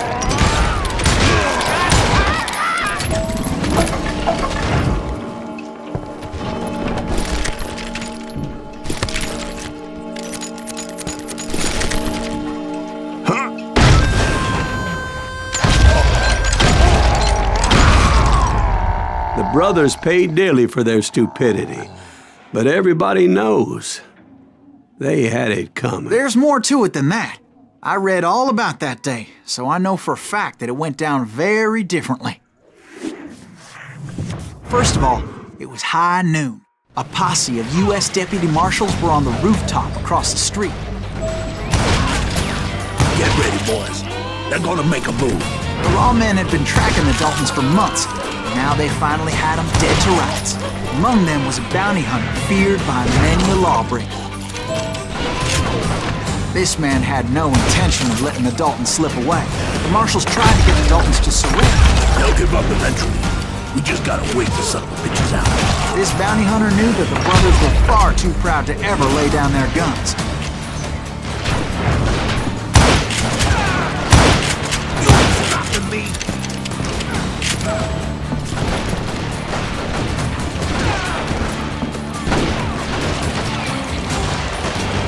He went in there alone to confront those criminals. One of the marshals shouted, "Where are you going? Are you crazy?" Hey, where do you think you're going, dumbass? That rifle's mine. But he paid him no mind. He saw a way to get around to the back of the bank. Then he figured out how to hit the Daltons from a direction they weren't expecting.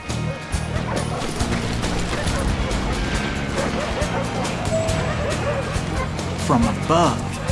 Fortunately, a water tower was right there. A moment later, he was climbing up a steep ladder, laughing at danger as he did.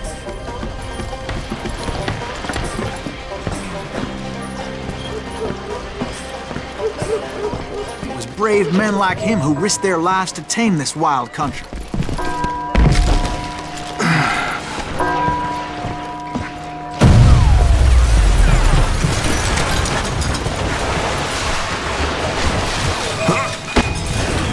We've got company! Heroic men like him, who did what other men couldn't or wouldn't to make this country free. Like Jim Bowie and Davy Crockett, who died defending the Alamo.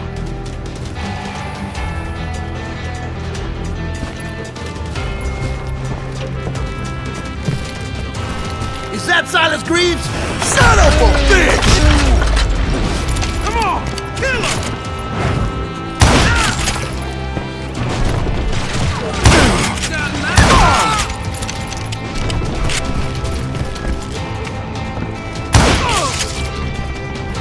You better hide.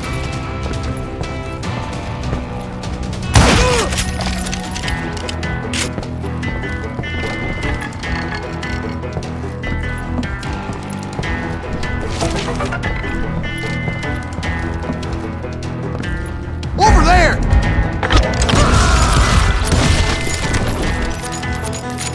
Huh? That's Silas Greaves! What the hell? Blam! Blam! He came away victorious, taking down those thieving Daltons. His name is Silas Greaves, and when the dust finally settled, he was the last man standing. Sorry, kid, but that just wasn't the way it happened.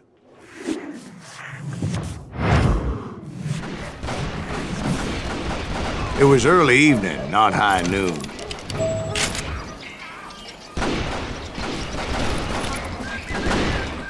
I was late to the party and Coffeyville was already up in arms. The Daltons blew up a safe, and were all set to hightail it out of there. Those pathetic deputies surrounding the bank were dropping like flies.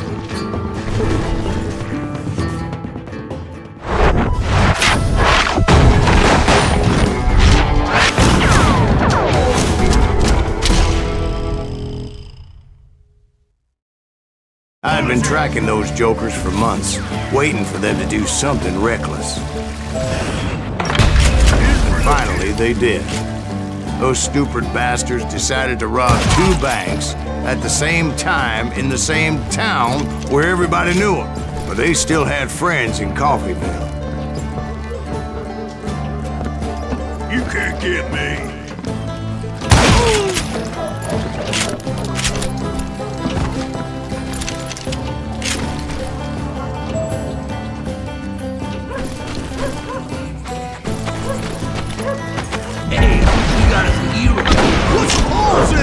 Those friends came after me like a pack of wild dogs, tooth and nail. They were coming at me from all directions.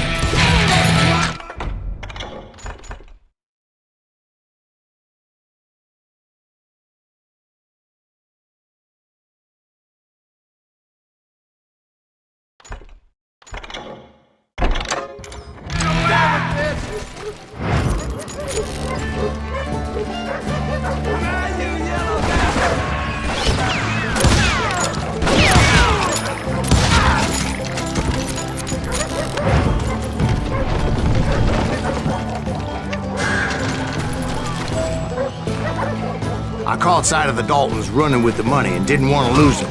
Problem was, they knew the town better than I did. And to top it off, I found myself in the middle of another shootout entirely. Did the Daltons hole up in somebody's house?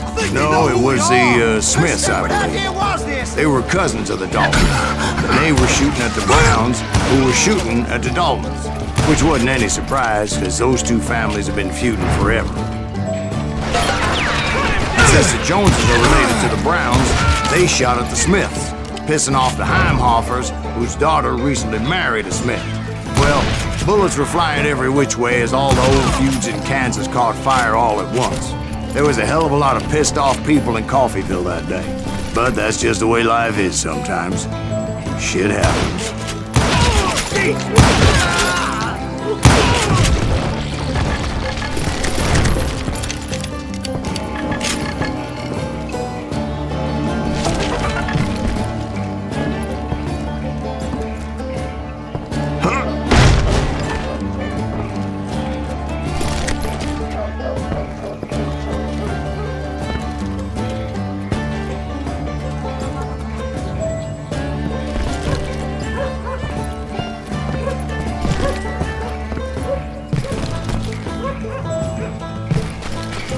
The Dalton boys knew I would never give up.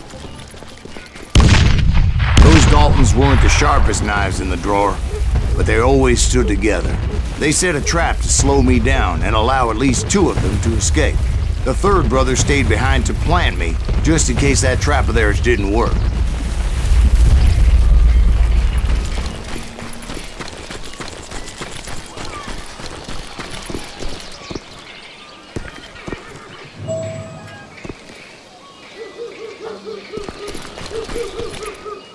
It was Emmett, the youngest, and he decided to stand his ground and face me down. I ain't afraid of you, Silas Greaves. This is where it ends for you. He was determined to protect his brothers. I understood how he felt. Taking me on all by his lonesome wasn't exactly a recipe for a long life.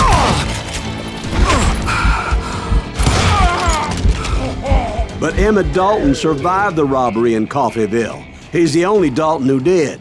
They say he was shot 23 times. Well, Dwight, who do you think put all those damn holes in him? But I have to admit, that boy had grit.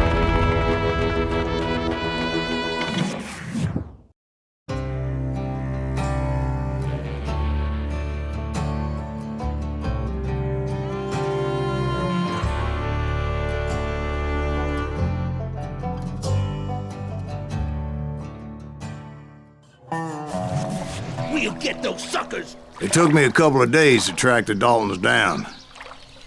They can't get away with this! And in that time, a whole posse of local vigilantes offered to lend a hand. We'll track him to the ends of the earth. They seemed as determined as me to find those outlaws. But as we headed into those swamps, it was like I had my own private army. There was no way those boys were getting away this time.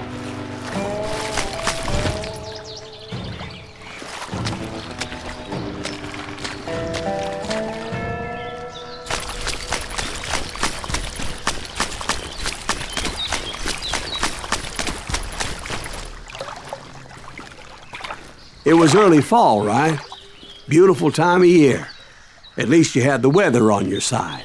Not by my recollection. It was damp and foggy as hell.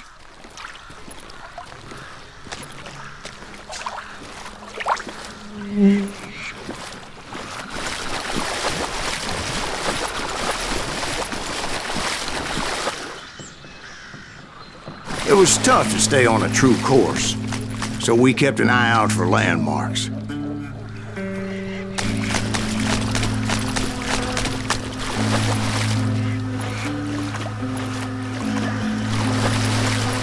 It was autumn.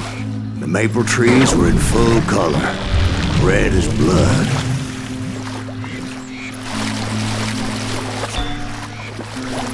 The rains that year were torrential, so the whole area was flooded.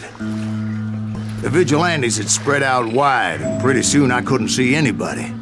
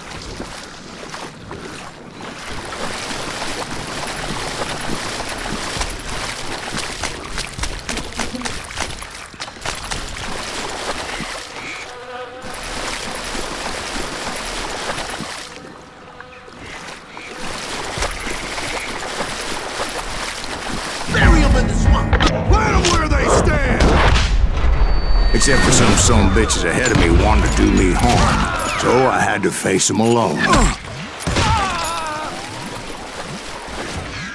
I wondered why my compatriots didn't come running when they heard the shots.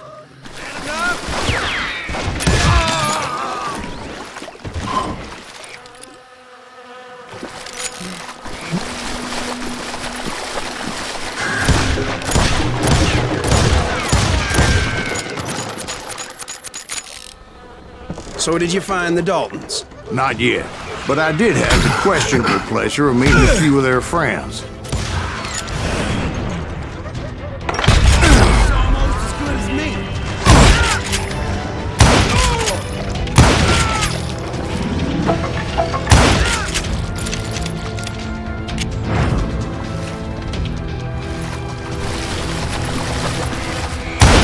The boys had established quite a reputation by that time, so they attracted all manner of riffraff to their cause.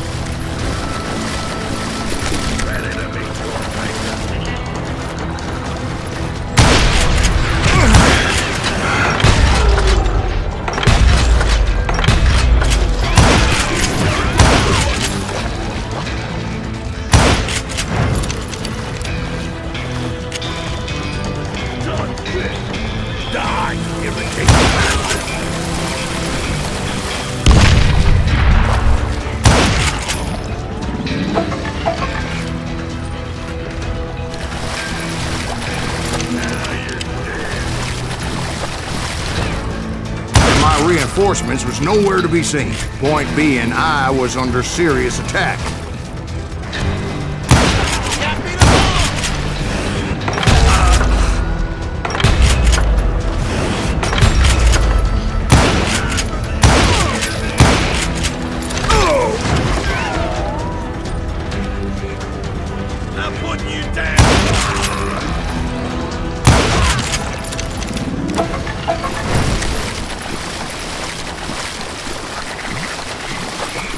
But luckily, a barn materialized as if right before my eyes. I scrambled up top to get a better view.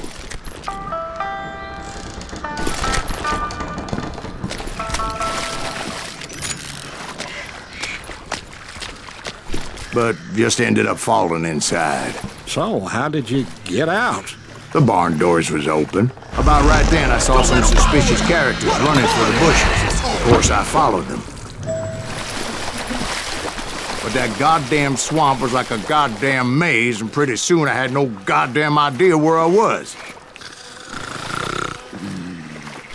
Steve? So I just started walking, and pretty soon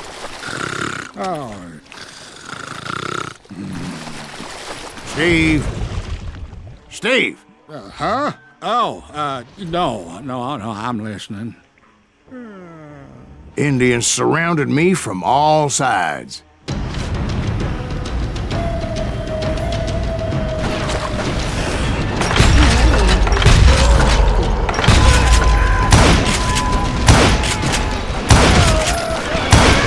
Indians?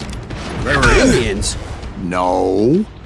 I just wanted to make sure Steve was paying attention. Now, where was I? You were following the Daltons through a swamp? That's right. See, Steve? Dwight's paying attention. No, I'm listening. I was just resting my eyes. So, where was I? The Daltons. Right. See, there's a reason so many outlaw gangs are made up of brothers. Being a brother is a very sacred thing. It's a bond like no other.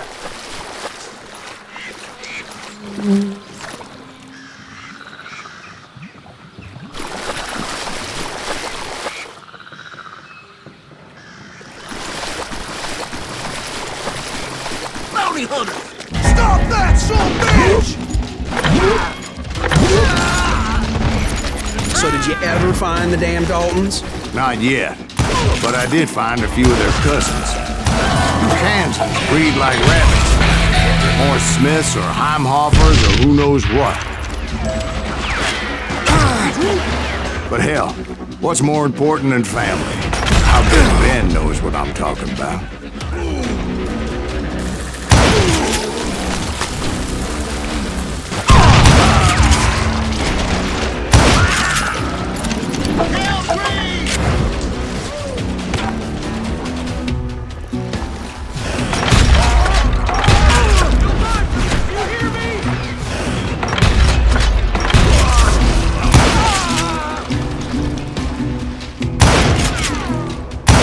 You're dead!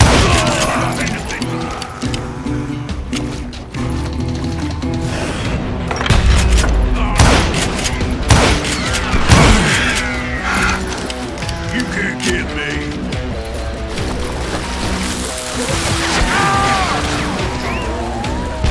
He has it coming!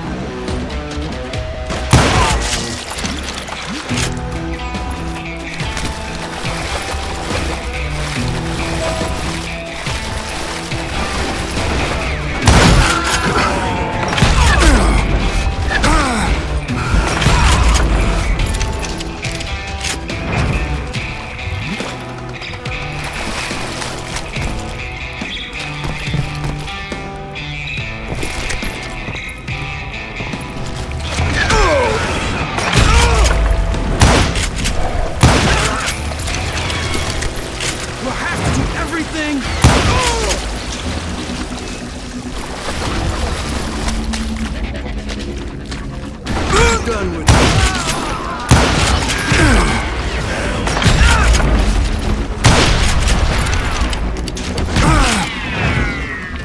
You ready, bro? I knew those Dalton boys were out there somewhere, standing together against anyone who would threaten them.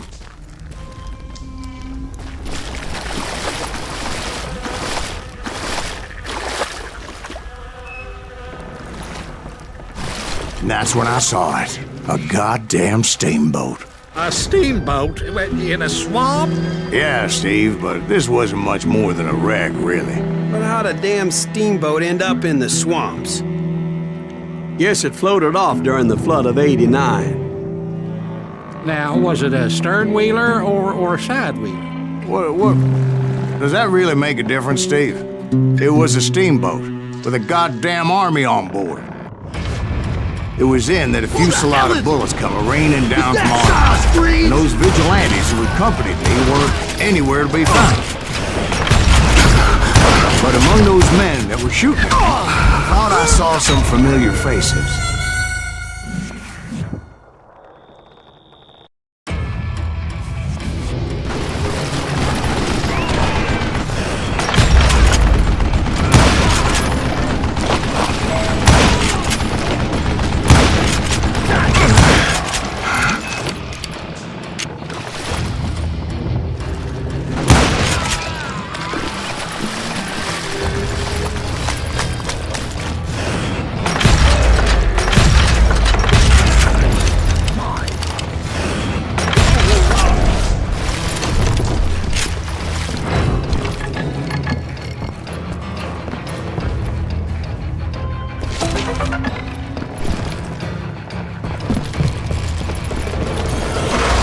Somewhere up there, the Daltons were waiting on me.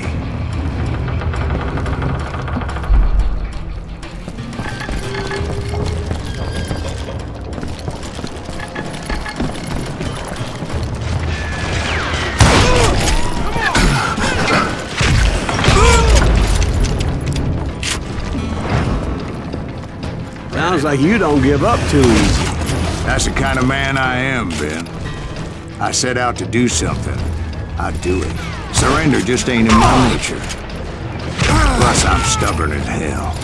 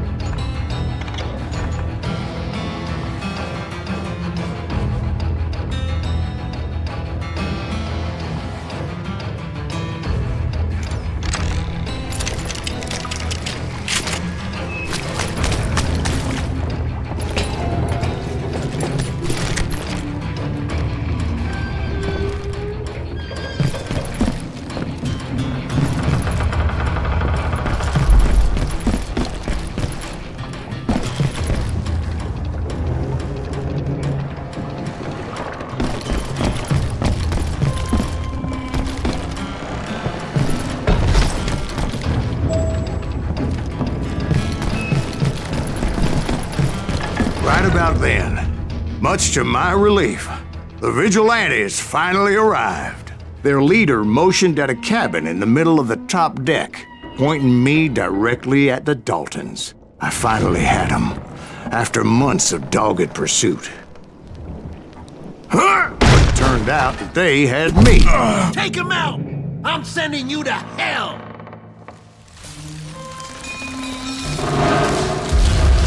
The Daltons had played me like a fiddle. Apparently, the vigilantes were on their damn payroll. They didn't just want to shoot me. They wanted to burn me alive. But finding my way out of a burning labyrinth proved to be quite a challenge. It was a riverboat, right? I mean, it's not like it was a goddamn ocean liner. Well, yeah, but I was in a fight. It's gonna launch next year? Largest one in the world. We're talking about the Titanic. If you ask me, it's too blessed to. I don't think it'll even float. So anyway... Don't be stupid, Steve. They know what they're doing.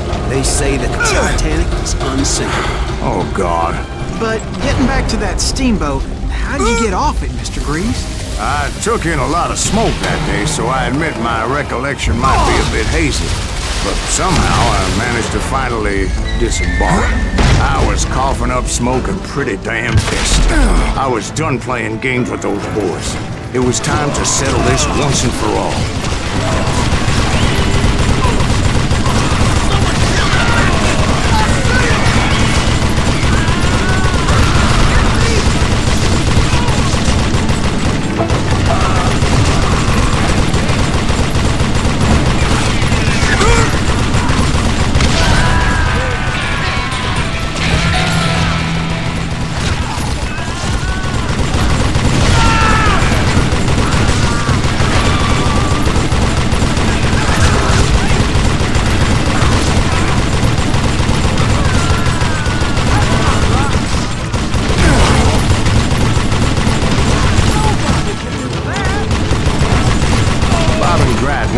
not to come at me one at a time.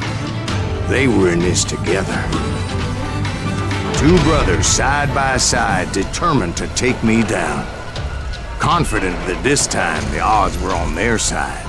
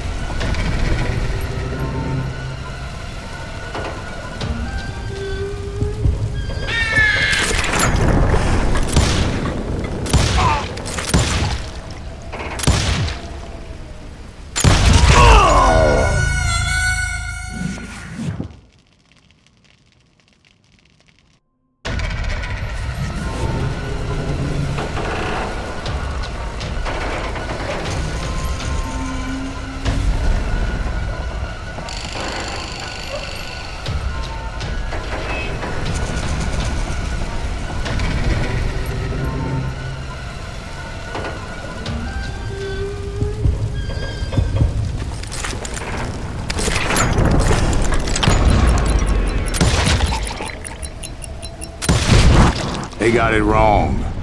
A sad end for those two. If they'd only known that Emmett was still alive despite his wounds. Paroled 14 years later, he moved to California and sold real estate and lived off the legend of that fateful day. And the tragic death of his two brothers.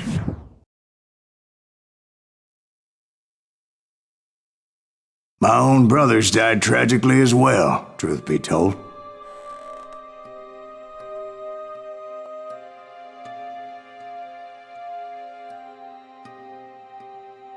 It was 1868, and me and my older brothers were pulling a tidy profit running cattle into Juarez, Mexico.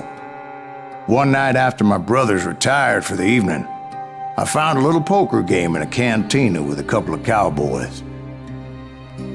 And I just couldn't lose. I even won an old Spanish coin that had to be 100 years old. Well, I was mighty pleased with myself the next morning as my brothers and I rode for Texas. But before we crossed the border, those cowboys caught up with us. It was Johnny Ringo, Roscoe Bob Bryant, and another asshole named Jim. They wanted their money back and everything else we had, including our lives, as those boys didn't want us coming for them later. Bob put that old Spanish coin in my mouth and said, "I won't have it said that I left you with nothing, boy." Well, those horses bolted, and there we hung as those bastards rode away.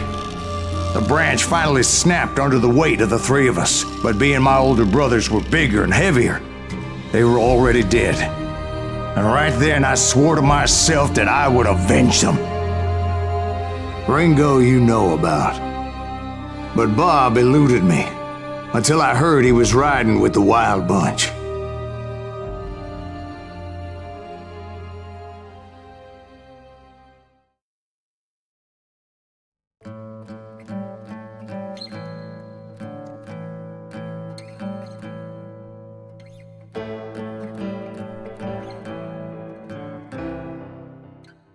I'd been on their trail for months, ever since they left their hideout in the Bighorn Mountains. Led by Butch Cassidy, they were a loose association of outlaws who robbed banks and trains from Colorado to Montana. Among them was the Sundance Kid, and that murderous hombre I was tracking, Roscoe Bob Bryant. Were you a part of that giant Pinkerton posse after the Wild Bunch? No, boy. A circus like that would have slowed me down. Besides, I wanted Bryant all to myself. I'd heard about a large shipment of gold being transported to Wilcox, Wyoming on the Overland Flyer.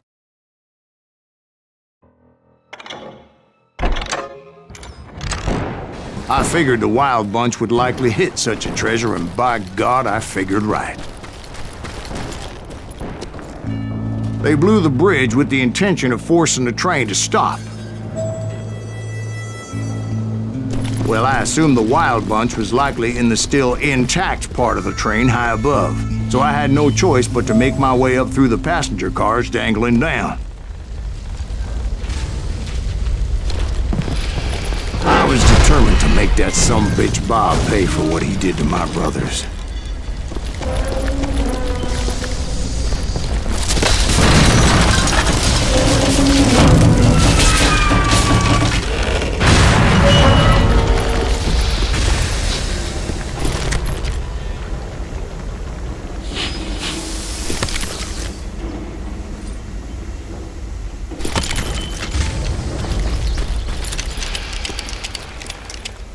My ears are still ringing from blowing up that bridge. What'd you say? Well, I made my way off unscathed and came upon a few members of the gang and had no choice but to dispatch them. From there, I had to negotiate an even more precarious route. But first, I would need to get my ass out of there.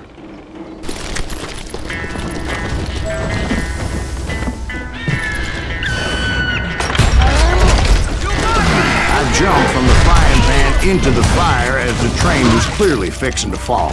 I had found the gang, but in order to find old Bob, I needed to fight my way forward past a whole passel of desperados. Outside, inside, any way I could, I made my way towards my pride. Well, what about the passengers? It was mostly a freight train, as I recall. There were no passengers aboard that day.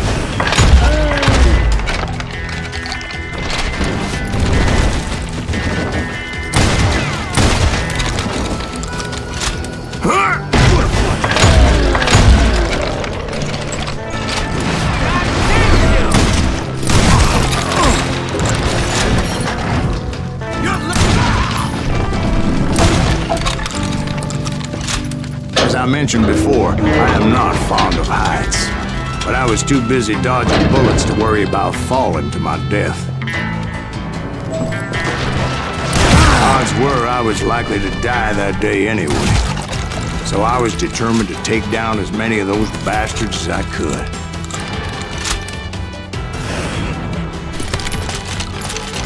Time to fill you full of lead.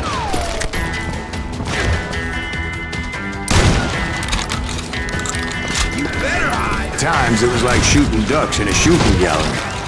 The only difference is these damn ducks shot back.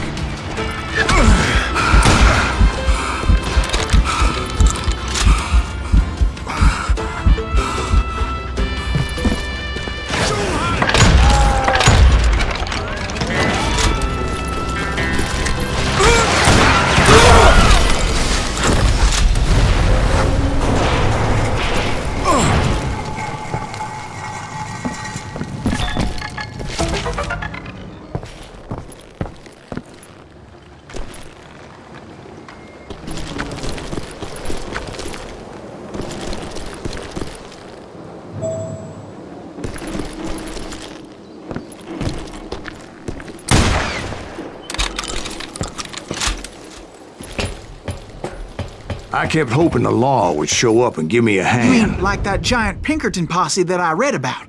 Did they come riding in, guns a-blazing to help?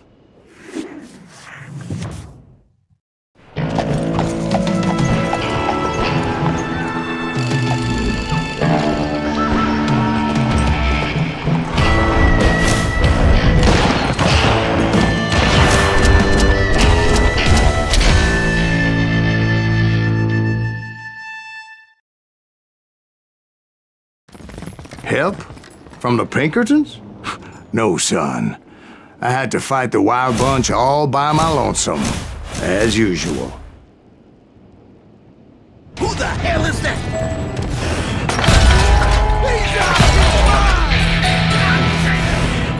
Take cover! Retreat! Retreat!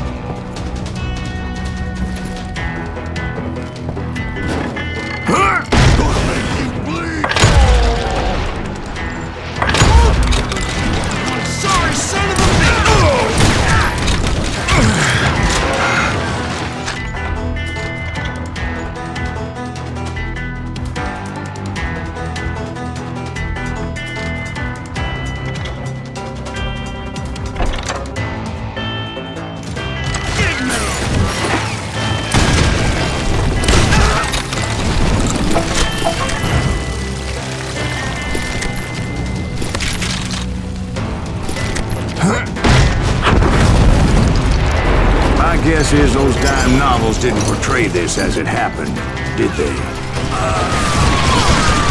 Only a few stragglers were left. I had to cut them down pronto if I was going to stay on old Bob's trail.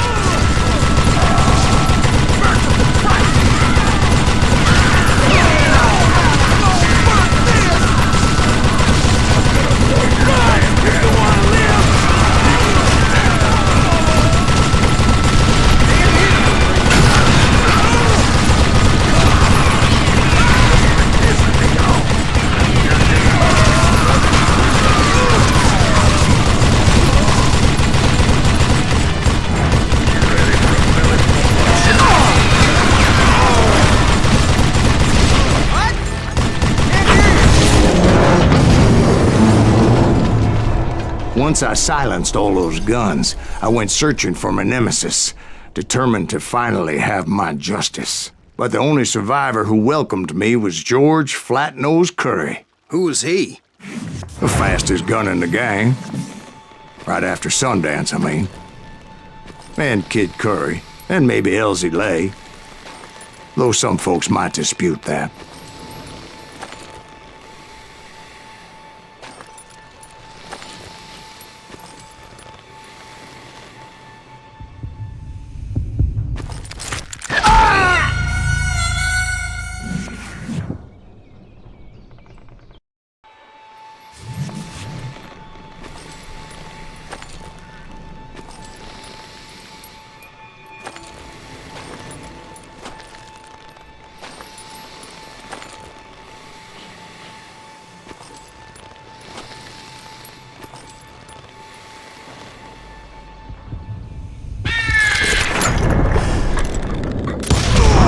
On that very same day, Butch Cassidy and the Sundance Kid decided to leave the Wild Bunch behind and decamped for South America.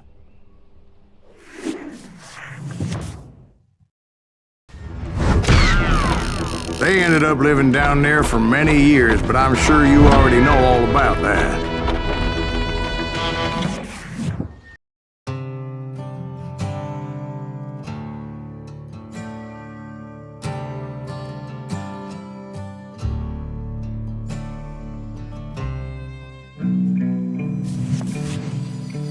I tried to find Bob Bryant, but it was as if he'd disappeared. Sometime later, I heard the Wild Bunch was back together. Kid Curry escaped from jail, and now he was running the whole shebang. So I took to their trail, as I was still in pursuit of my brother's killer and hoped that he was back with them.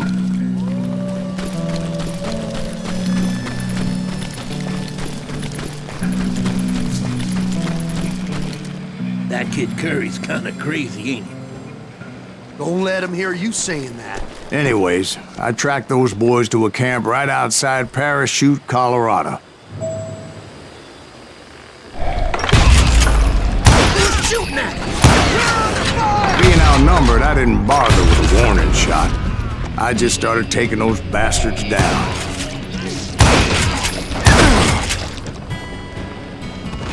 Old Bob wasn't among them, and neither was Kid Curry. I could sense him close by, however, plotting something nasty. I just needed a clue as to their whereabouts.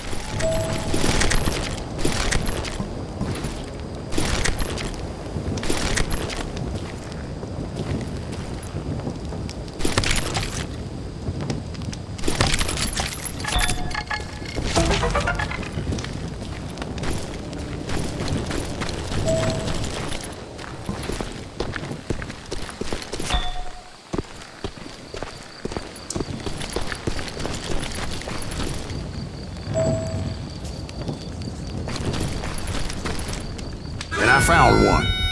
A map with their bold plan clearly marked. This time they were fixing to blow up a train trestle. Property of the Union Pacific.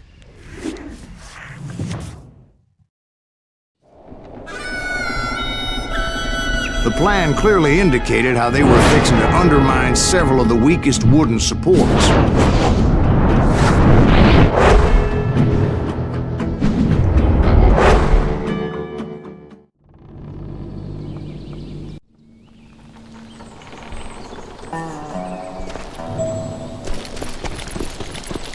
Kid Curry was considered the wildest of the Wild Bunch. It was said that he fathered 85 bastard children, though some say it was only 5.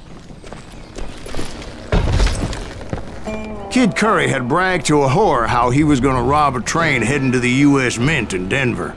And that whore, Fat Sally, she told me.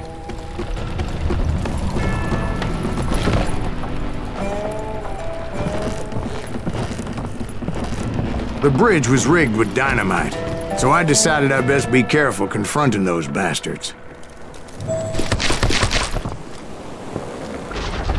A moment later, I saw a ladder that somehow had escaped my attention.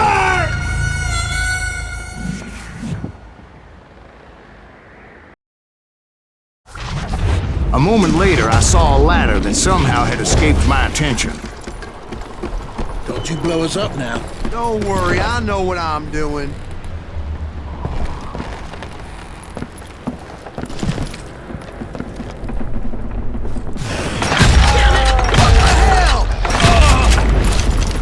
It appeared the kid had found a number of new recruits to bolster their ranks, but the Wild Bunch did not take kindly to my presence and attempted to blow my head off. What happened next? Well, having removed the first bundle of dynamite, I decided I might as well remove the other one. Once that was done, I figured I'd find my way from there.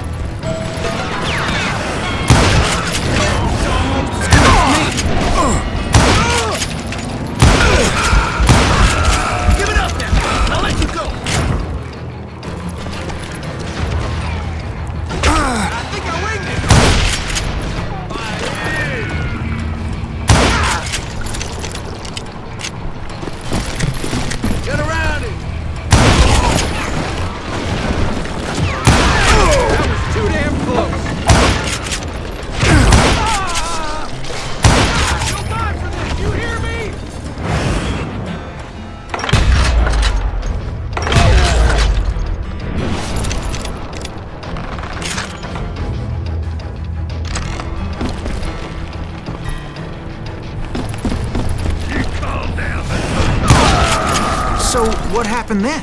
Had to remove more of that damn dynamite.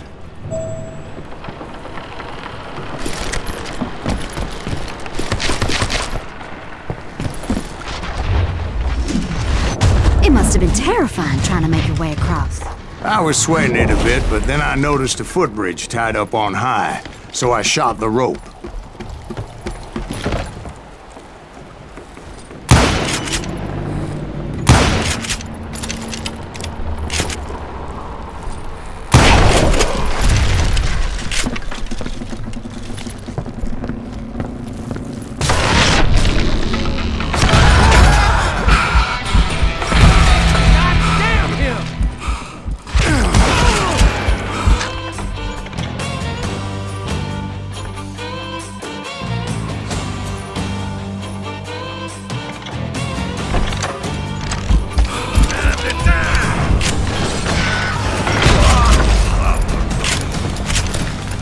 So that was all the dynamite?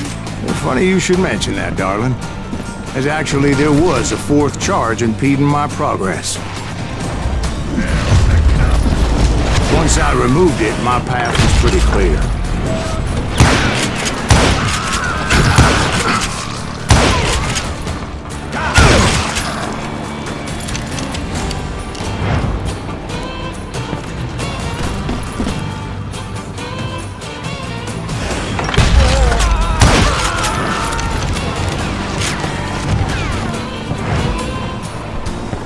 You're done.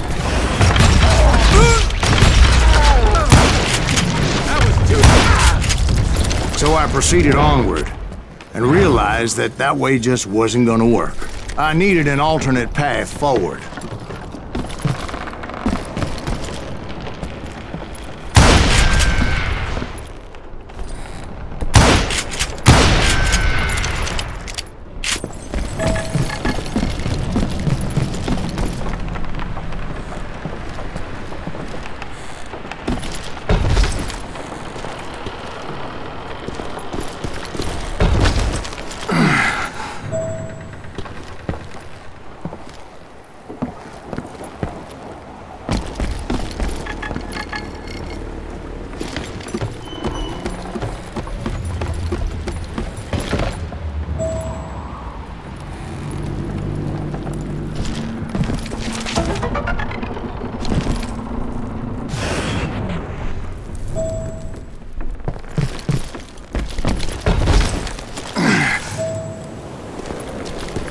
Luckily, I found a cave, and as I made my way back to the bridge, I saw something that concerned me. It was a long burning fuse, and it was moving fast as hell. I had to catch it.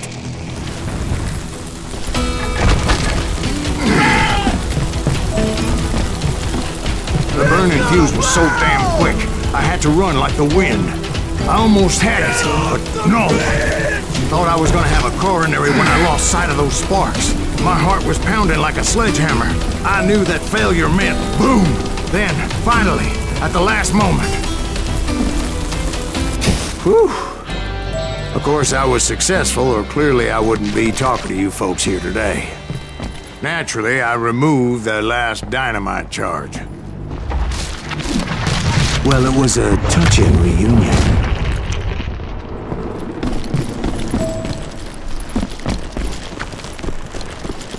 But by this time, I was thoroughly exhausted and dragging my ass as I was not a young man anymore.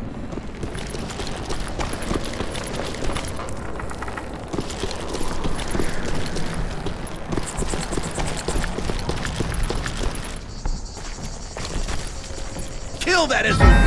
Make him bleed! Send him to perdition! Finally, I found those boys. Or more precisely, they found me. Nuttier than a damn fruit.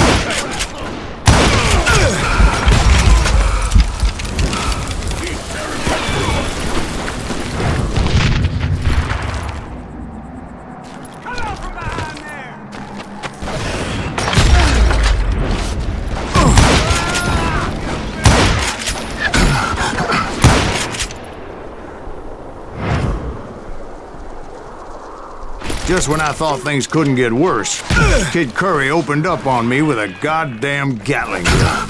It was hidden in this tunnel and pretty well shielded.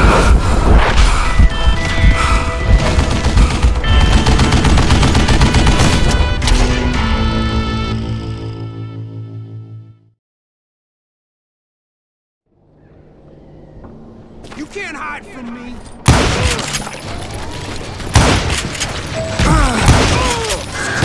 Shithouse rats!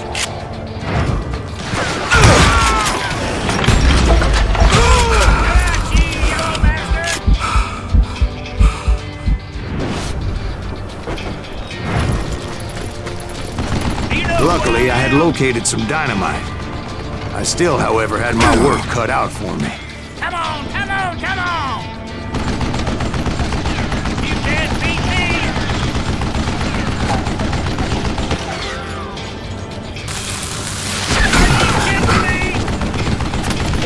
This is the last mistake you'll ever make!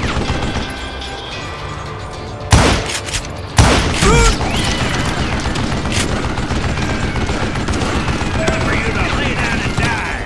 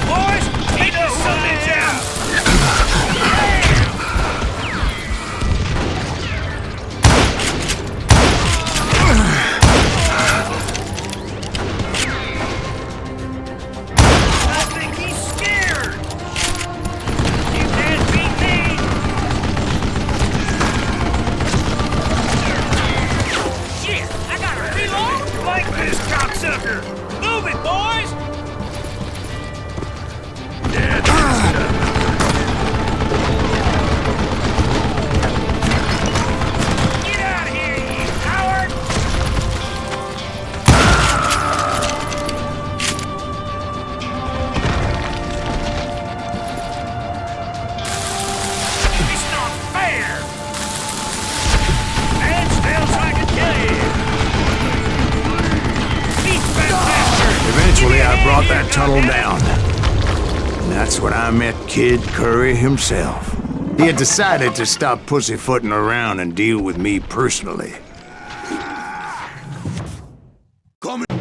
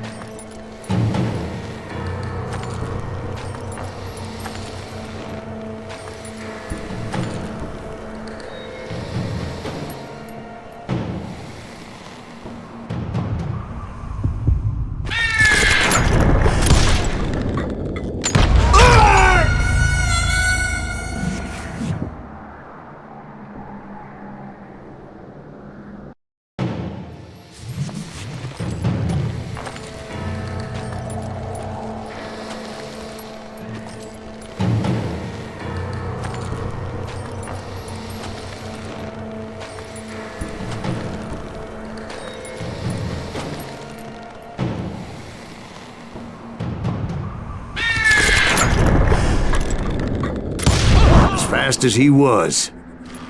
I was just a bit faster. And as he lay wounded, I demanded to know the whereabouts of Roscoe Bob Bryant. He shouted at me, "Is that what this is about? Bob went with Butch and Sundance to South America. You ain't never finding him."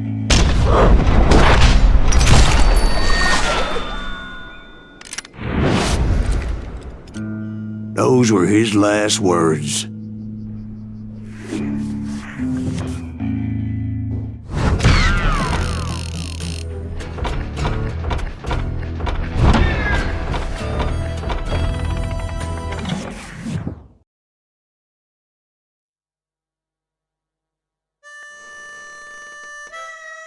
So, Bob Bryant got away? I knew I'd never find him in South America. What about the other killer?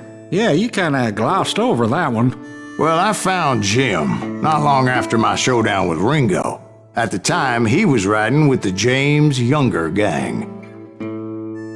Did I neglect to mention that?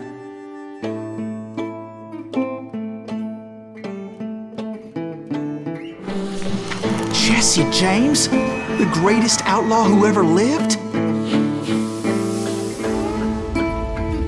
Jesse and his kin rode with Quantrill when he raided Lawrence, Kansas, and killed near 200 people, boy. Nothing great about that. And from there, him and his brother went on to rob banks and trains from Kansas to Missouri. Which is why there was such a rich bounty on their heads. 40 grand for both of them, dead or alive. That's one hell of a payday.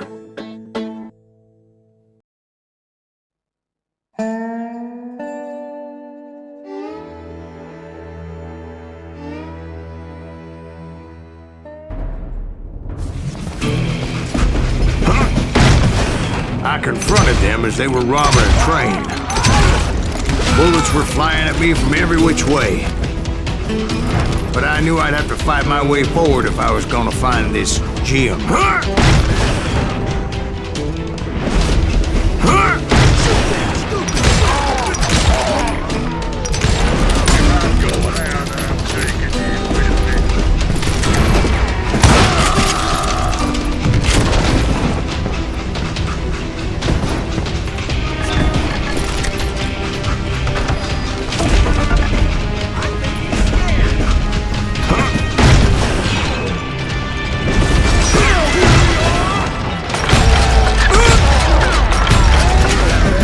Wait a second. How'd they stop this train in the first place? Well, the James boys were experts at this.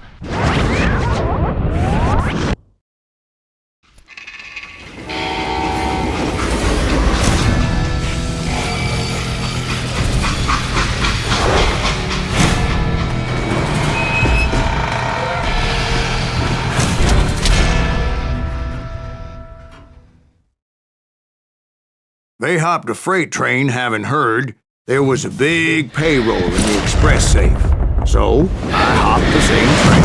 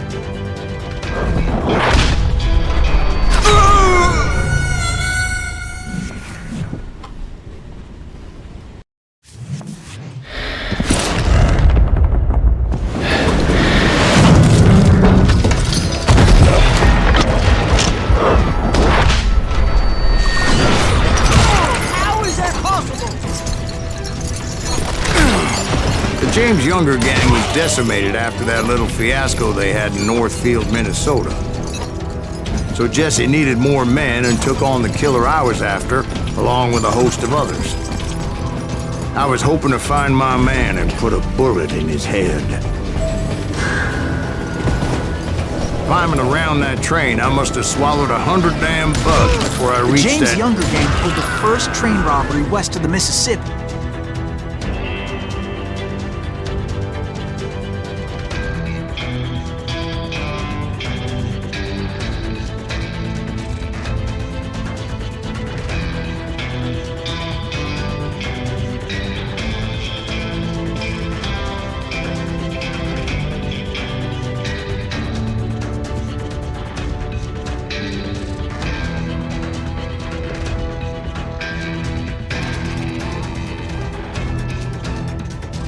Sounds like you hold them in high regard.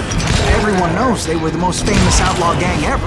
And you took them all on by your lonesome. Again. I'm finding this all a little hard to swallow, friend.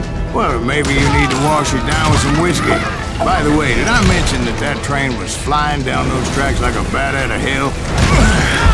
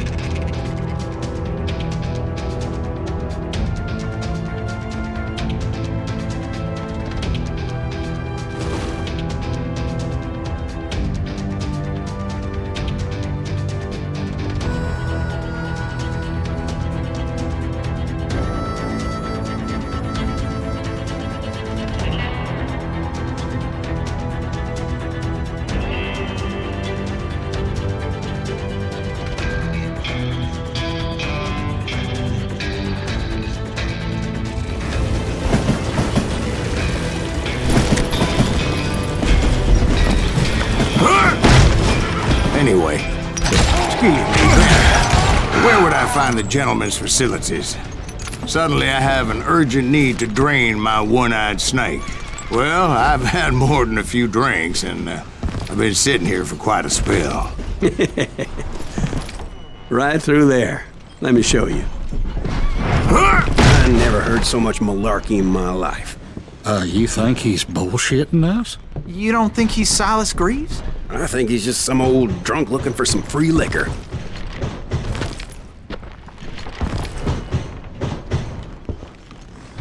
I don't know, Jack. I think I believe him. You don't think he met Jesse James? Oh, you gotta be kidding me. That story makes no sense at all. Jack. I mean, you gotta be 2 bricks short of a load to believe that cock and bull story. I don't agree. Jack, lay off the bar. You seriously think that tired old man went toe-to-toe with Jesse James? Well, that's better. Did I mention that this Jim was married to the infamous Belle Starr? Of course, I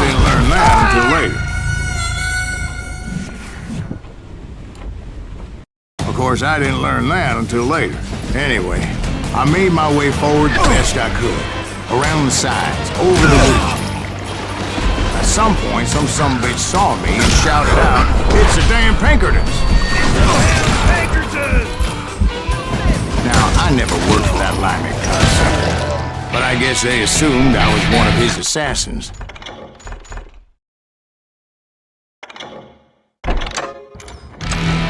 Those evil bastards firebombed Jesse's mother's house and killed his stepbrother.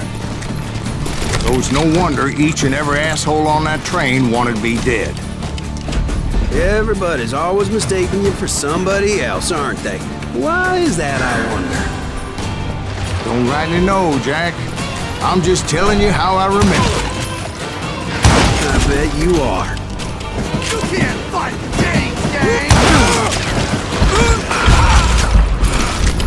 Now you're really pissing me off!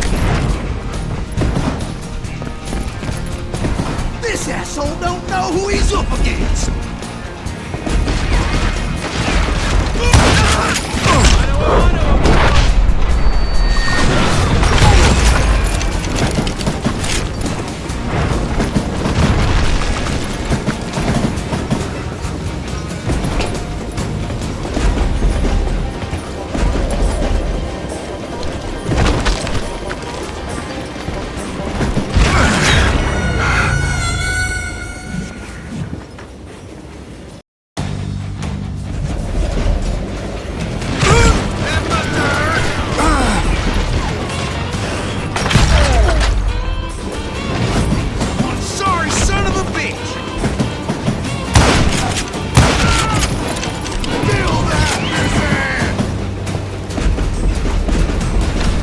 I came across a flat car piled high with logs and had to come up with a creative way to make my way forward.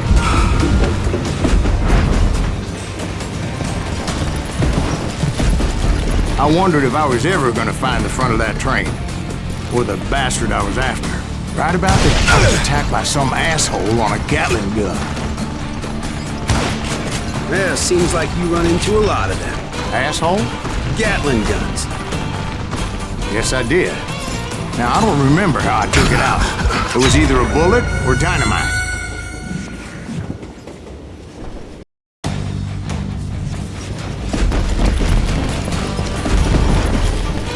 Right about then, I was attacked by some asshole on a Gatling gun.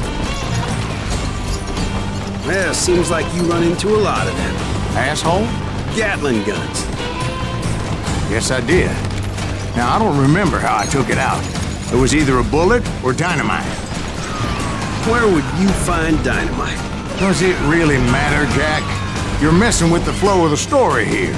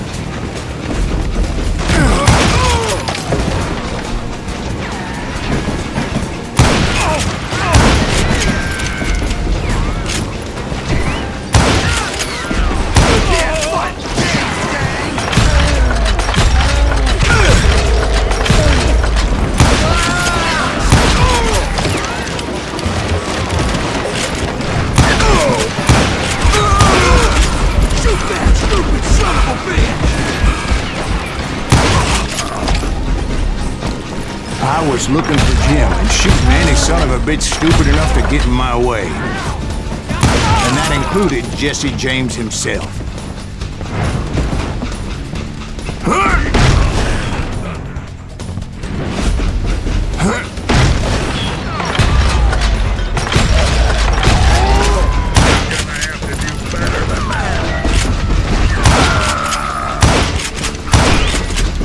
There sure were a lot of men determined to die that day.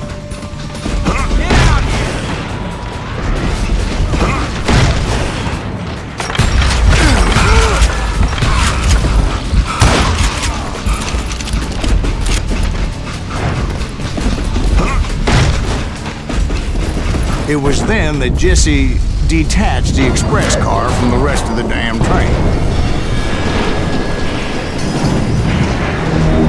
I could see Jesse waiting for me, fixing to kill me so he could get away with all that money.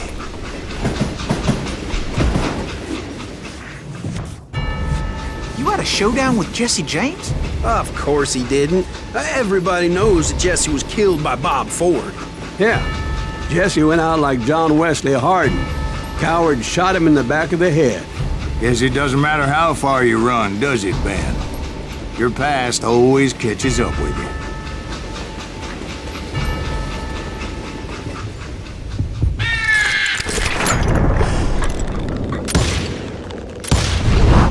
Yeah, I didn't kill Jesse James. Just wounded him bad enough to convince him to hang up his guns. What about that Jim fella? What happened to him? I figure he was up front with a gun to the engineer's head. That bastard slipped away again. I'll tell you how I got him. But first I need to wet my whistle.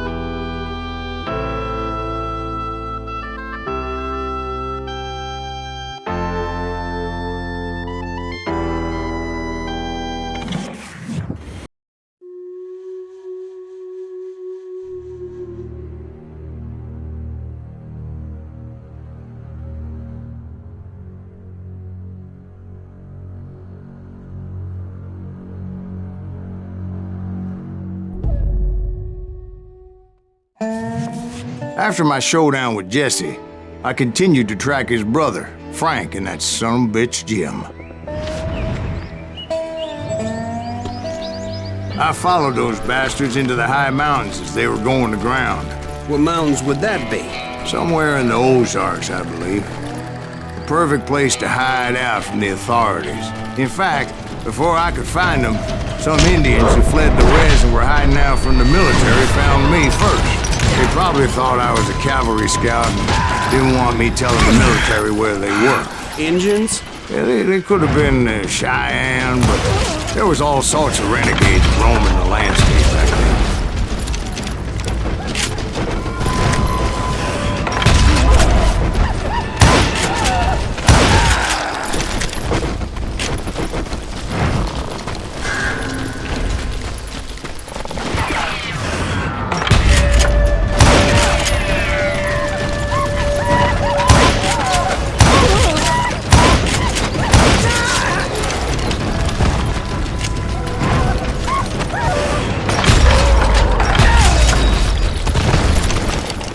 Hey, how about another whiskey, Ben? Nothing better to soothe the troubled soul.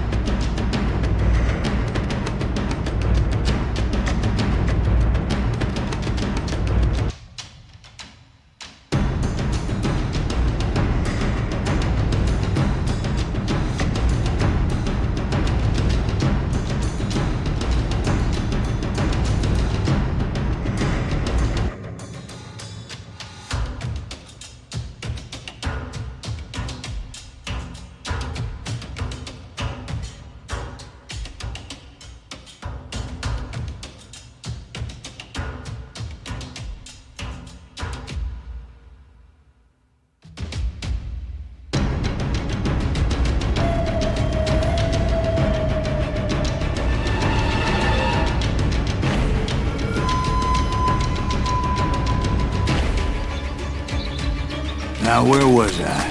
Indians, right. I had more than my share of run-ins with the red man. Like that time... Did I tell you about Grey Wolf? Yes, sir. Of course I did. In fact, I could still remember that old medicine man's words to me. Jesus Christ, we're back to that again? You carry great darkness in your heart. It will claim your soul. You will come to this place again and kill many more men. And the darkness will grow until it consumes everything you are.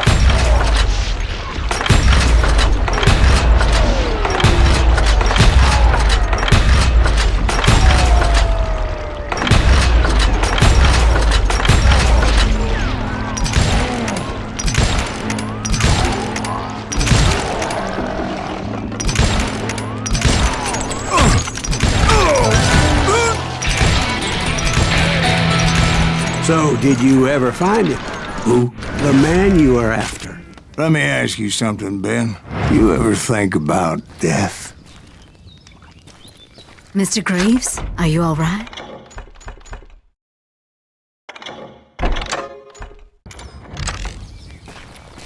Ooh, death. Oh, death. Won't you spare me over till another year? What is this that I can't see with ice cold hands taking hold of me? Well, I am death, none can excel. I'll open the door to heaven or hell. Oh, death. Oh, death. Won't you spare me over till another year? Oh, death. Someone would pray. Could you wait to call me another day? Oh, death.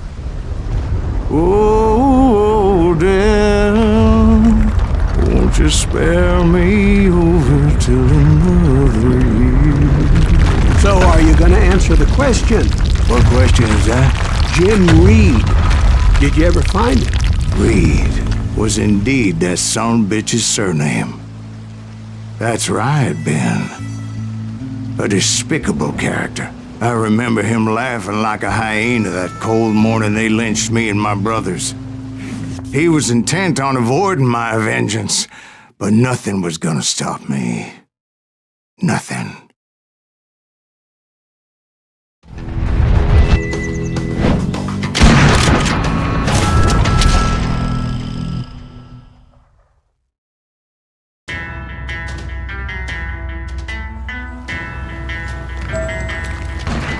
I finally did track those outlaws down. They had long rifles with scopes and were well positioned to pick off any poor soul who came anywhere close.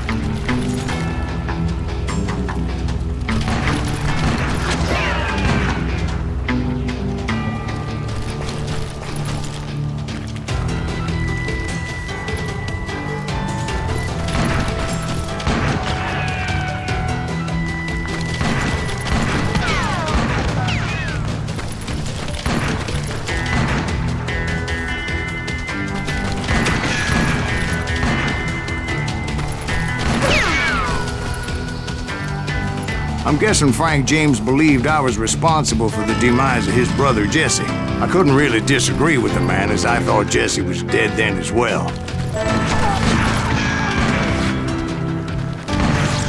He backed off as I closed in on him, but he was still intent on killing me.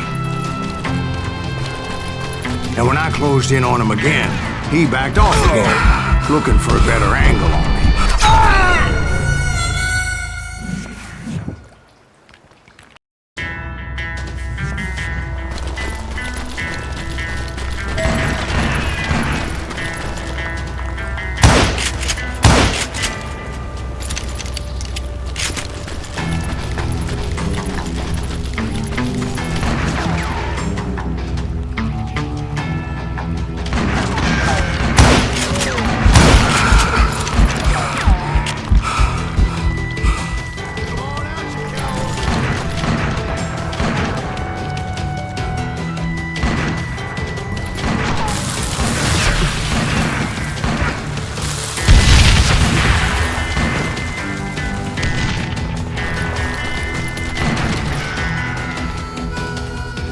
Hell, I can't fault Frank for wanting his revenge, as I was there for the same damn reason myself. At this point, I'm guessing you think Silas Greaves is a worse murderer than Jim Reed ever was. No, sir. A man who spent half his life killing somebody's brothers, fathers, sons. I think you were just looking for justice, sir. Is that what I was looking for, Dwight? Is that what it was? Justice? Isn't that why you were hunting the James gang? The James gang. Right. I finally found Frank holed up in his mountain cabin, and he was determined to have me dead. It was a pitched battle that could have gone either way. Luckily, I had some dynamite in my possession. Dynamite?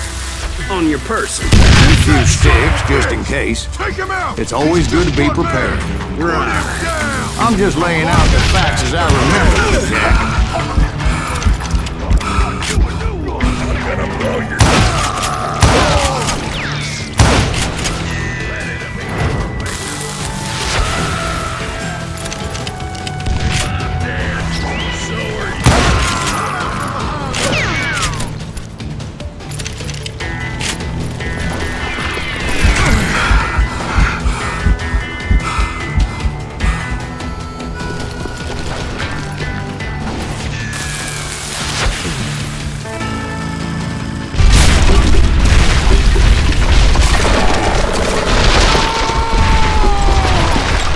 Shack? Well, it went tumbling right off that cliff. With Frank James still in it? Yes, sir. But Frank James is still alive, living in Missouri, showing folks around the family farm for 25 cents a tour. I didn't say he died in the fall, now did I?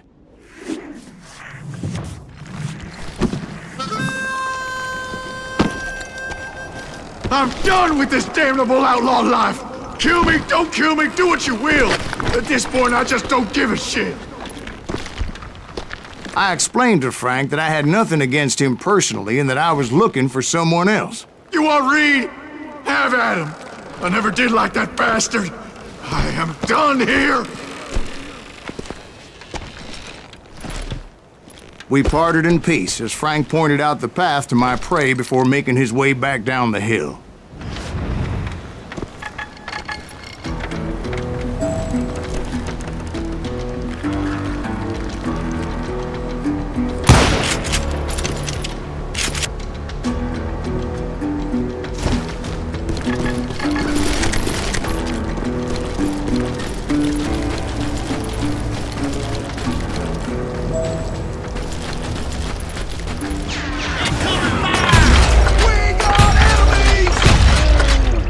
Determined not to let that murderer escape my revenge again. So what happened with Reed?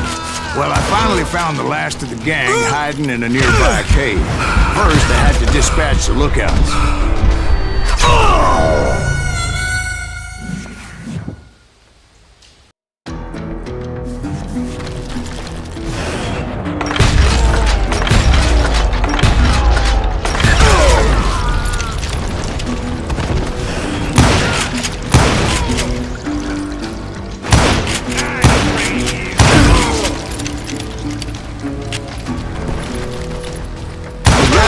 wander in willy-nilly. I decided it would be better to smoke that sumbitch out. "Hey, Reed!" I shouted. "No wonder you're so ornery. Can't be easy being married to Belle Starr. While you're off providing for the family, she's spreading her legs for every Tom, Dick, and Cole Younger. Not an attractive woman exactly, but very friendly. At least she was to me." Son of a bitch! It was then that the last bunch of bandits jumped out of hiding. Why won't this asshole give up? Would someone please kill him?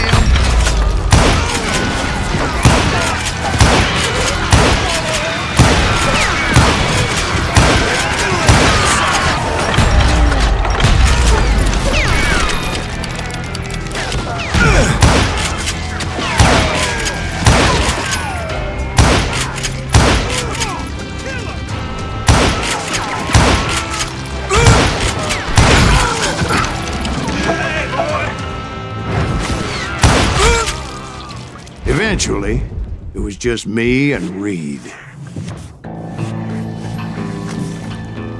I had waited a long time to face him down, so I could repay him for what he did to my brothers.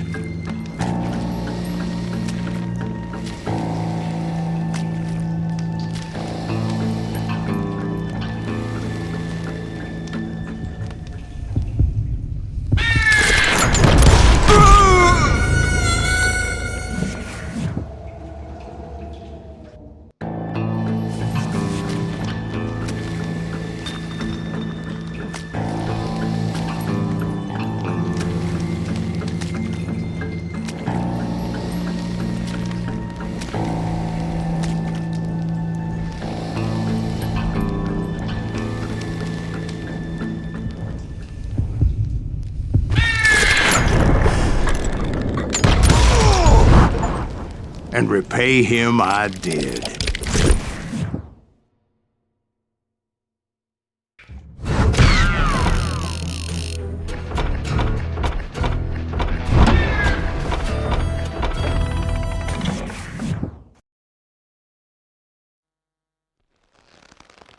Well, I don't know about you boys, but I'm pretty beat. Well, it's too damn bad you never found that Bob character. Seems a shame he never had to pay. Well, funny thing about that, I did have one more chance at him.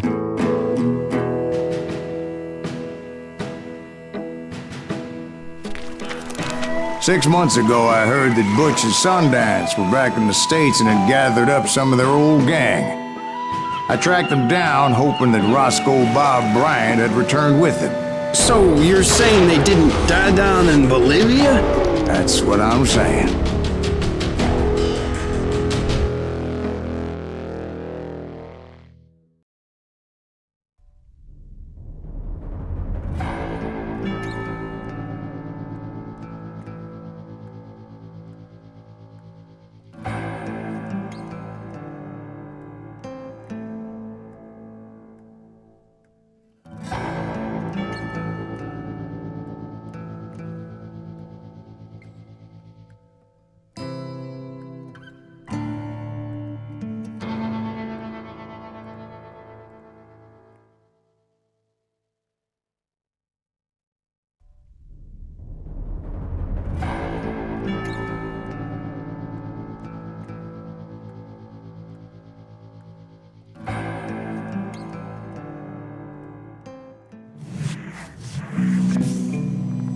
"40 years I had waited to get my hands on the last of my brother's killers. Not even an army of demons could have stopped me now.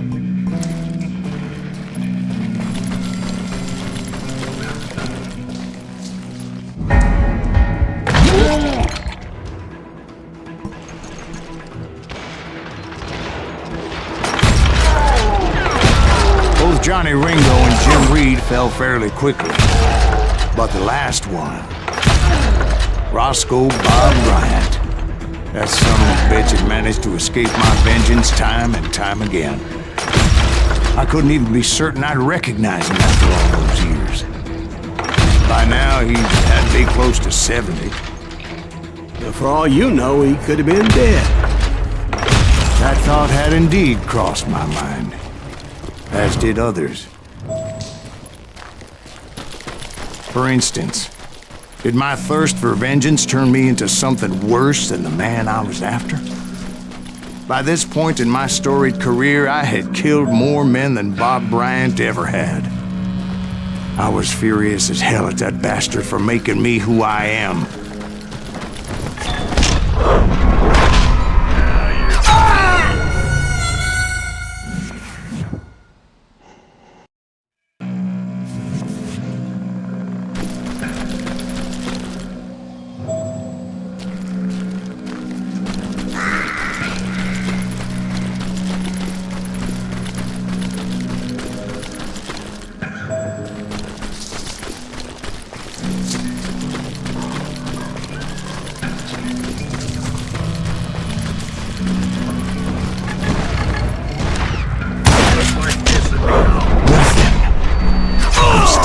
From taking his life.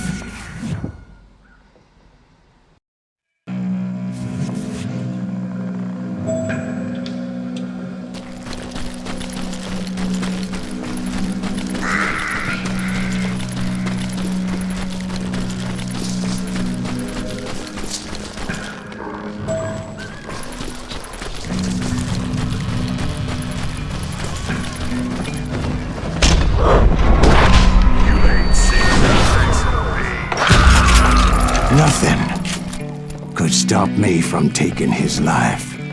I'd been after that killer forever. From the time I rode with Billy the Kid. But that chapter of my story you already know.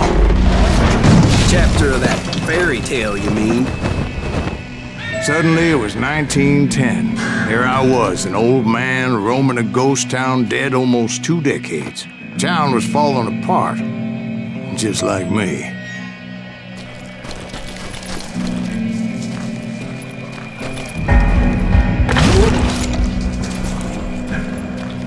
But I wasn't about to call it quits.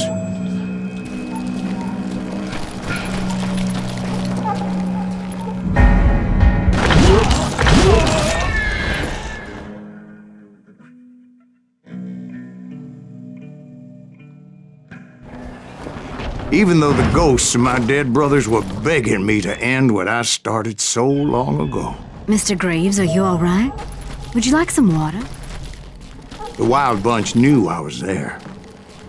They were after a treasure they had hidden before they fled, buried in the grave of a dead amigo.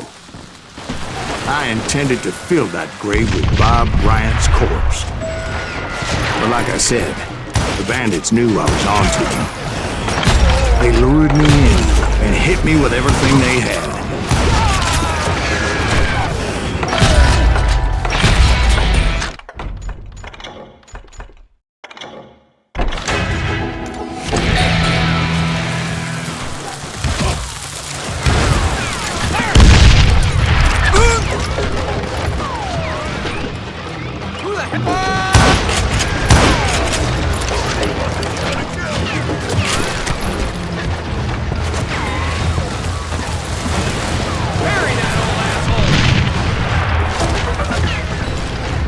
But you obviously prevailed since you're sitting there. Actually, in that moment, I did not prevail. So I suppose we're talking to a ghost. Funny you should put it like that, Jack.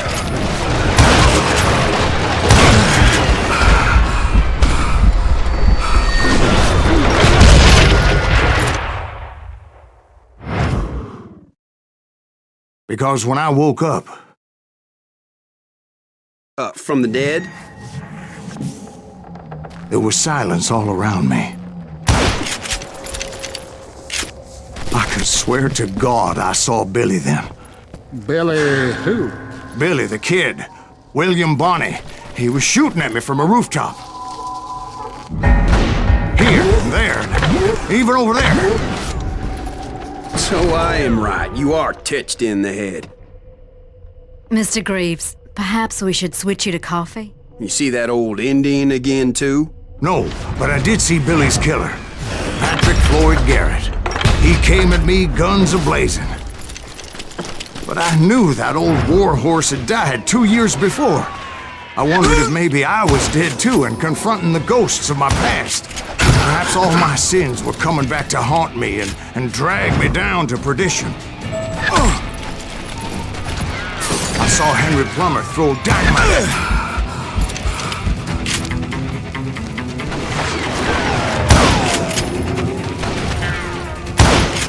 But in the gates of the cemetery, I saw John Wesley Harding, just like I remember.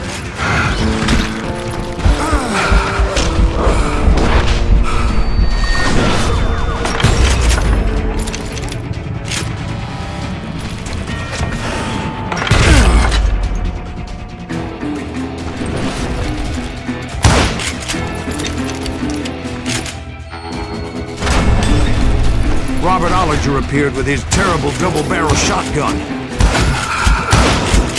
No ghost army was stopping me. My father-in-law got hit with a falling branch. He spent the rest of his life talking to dogs. Newman Hayes Clanton, William Brocious, John Peters Ringo, they all wanted me dead.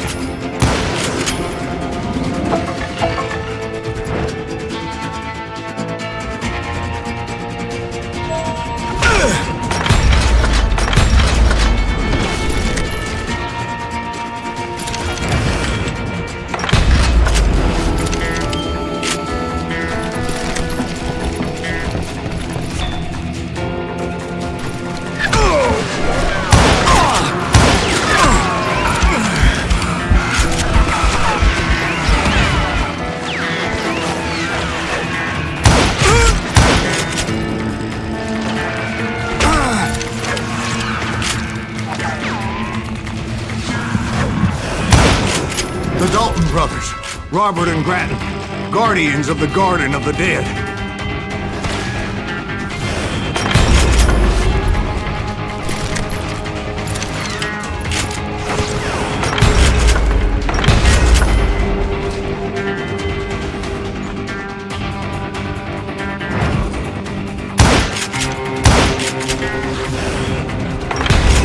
George Curry and Harvey Logan, alias Kid Curry, both thirsty for vengeance from the great beyond.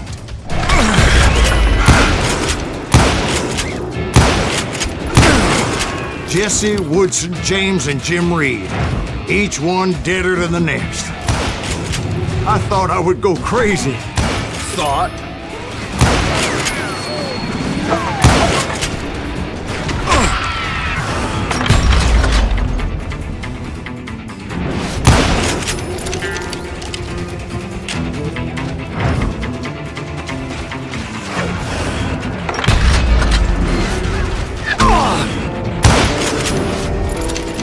Finally, I saw Harry Alonzo Longabaugh. The Sundance Kid?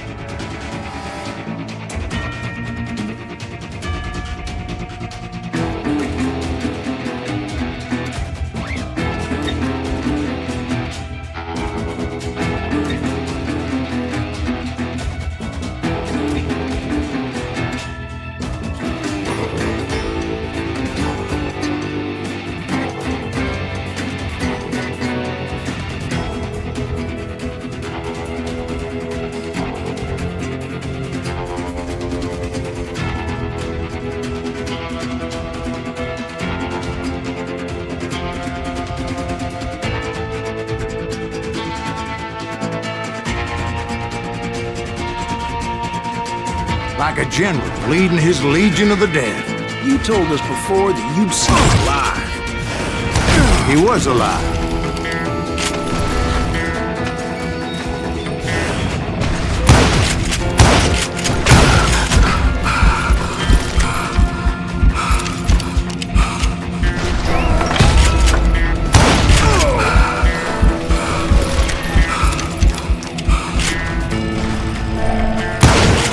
Then I heard a voice call to me from afar. It was Robert Leroy Parker, a.k.a. Butch Cassidy, coming at me from out of the fog. Thanks for taking care of that bastard.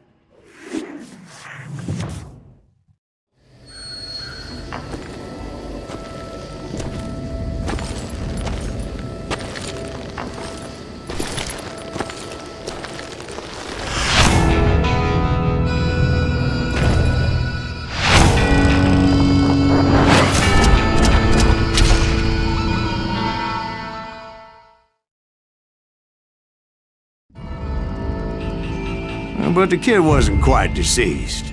Not yet. Takes more than one little bullet to kill the likes of me, partner. Those two looked like they hadn't seen each other for quite a while. Clearly, they were no longer amigos. Shit. I was hoping I wouldn't have to kill you. You won't have to, Butch. I'm killing you first. I asked them about Bob Bryant, but they were too busy with their own heated conversation. Let me get this shit straight. You want my money and the love of my life? You frittered it all away, Butch. Edda's mine. And so is that damn money. I didn't want to shoot anybody until I had an answer to my question, but those boys didn't give me much of a choice.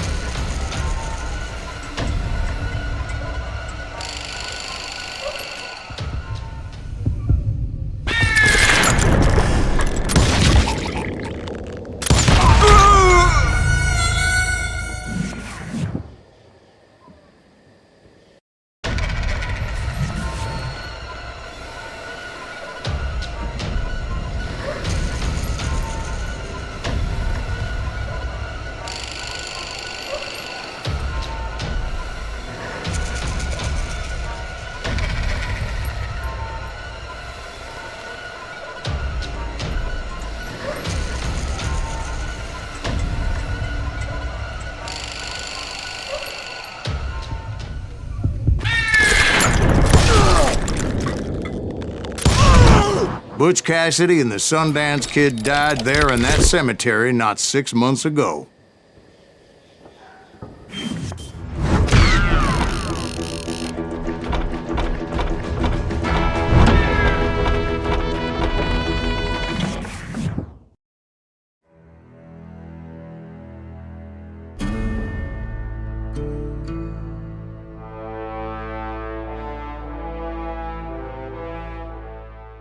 Butch Cassidy and the Sundance Kid were killed by the Bolivian army. Everybody knows that. That's the legend, but it ain't the truth. So, you never found Bob? There is no Bob. This old sumbitch ain't even Silas Greaves. Sir, is that true? Have you been pulling our legs this whole time? Well, not the whole time. Oh man, I think you've worn out your welcome here. Maybe you're right, Jack. Maybe it's time to pay. You see, Ben, or should I say Bob, your past always catches up with you. I was a different man back then, crazy. Drinking, I've changed my ways, I swear to you. If I could turn back the clock, But you can't, Bob.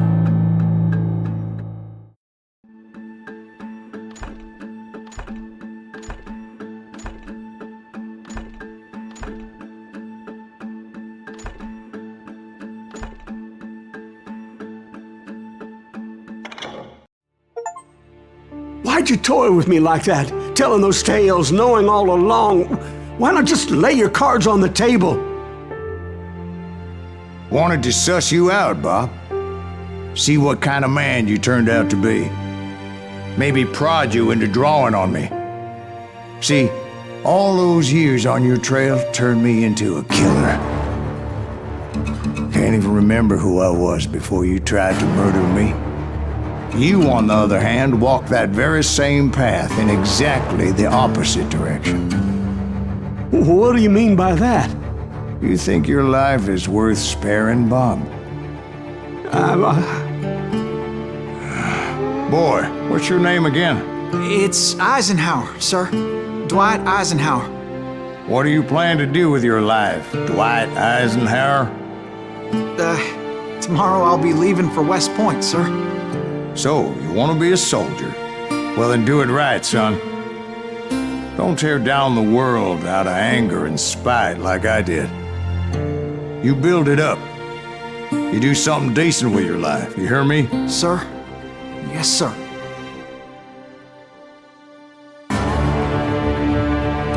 I won't have it said I left you with nothing, Bob.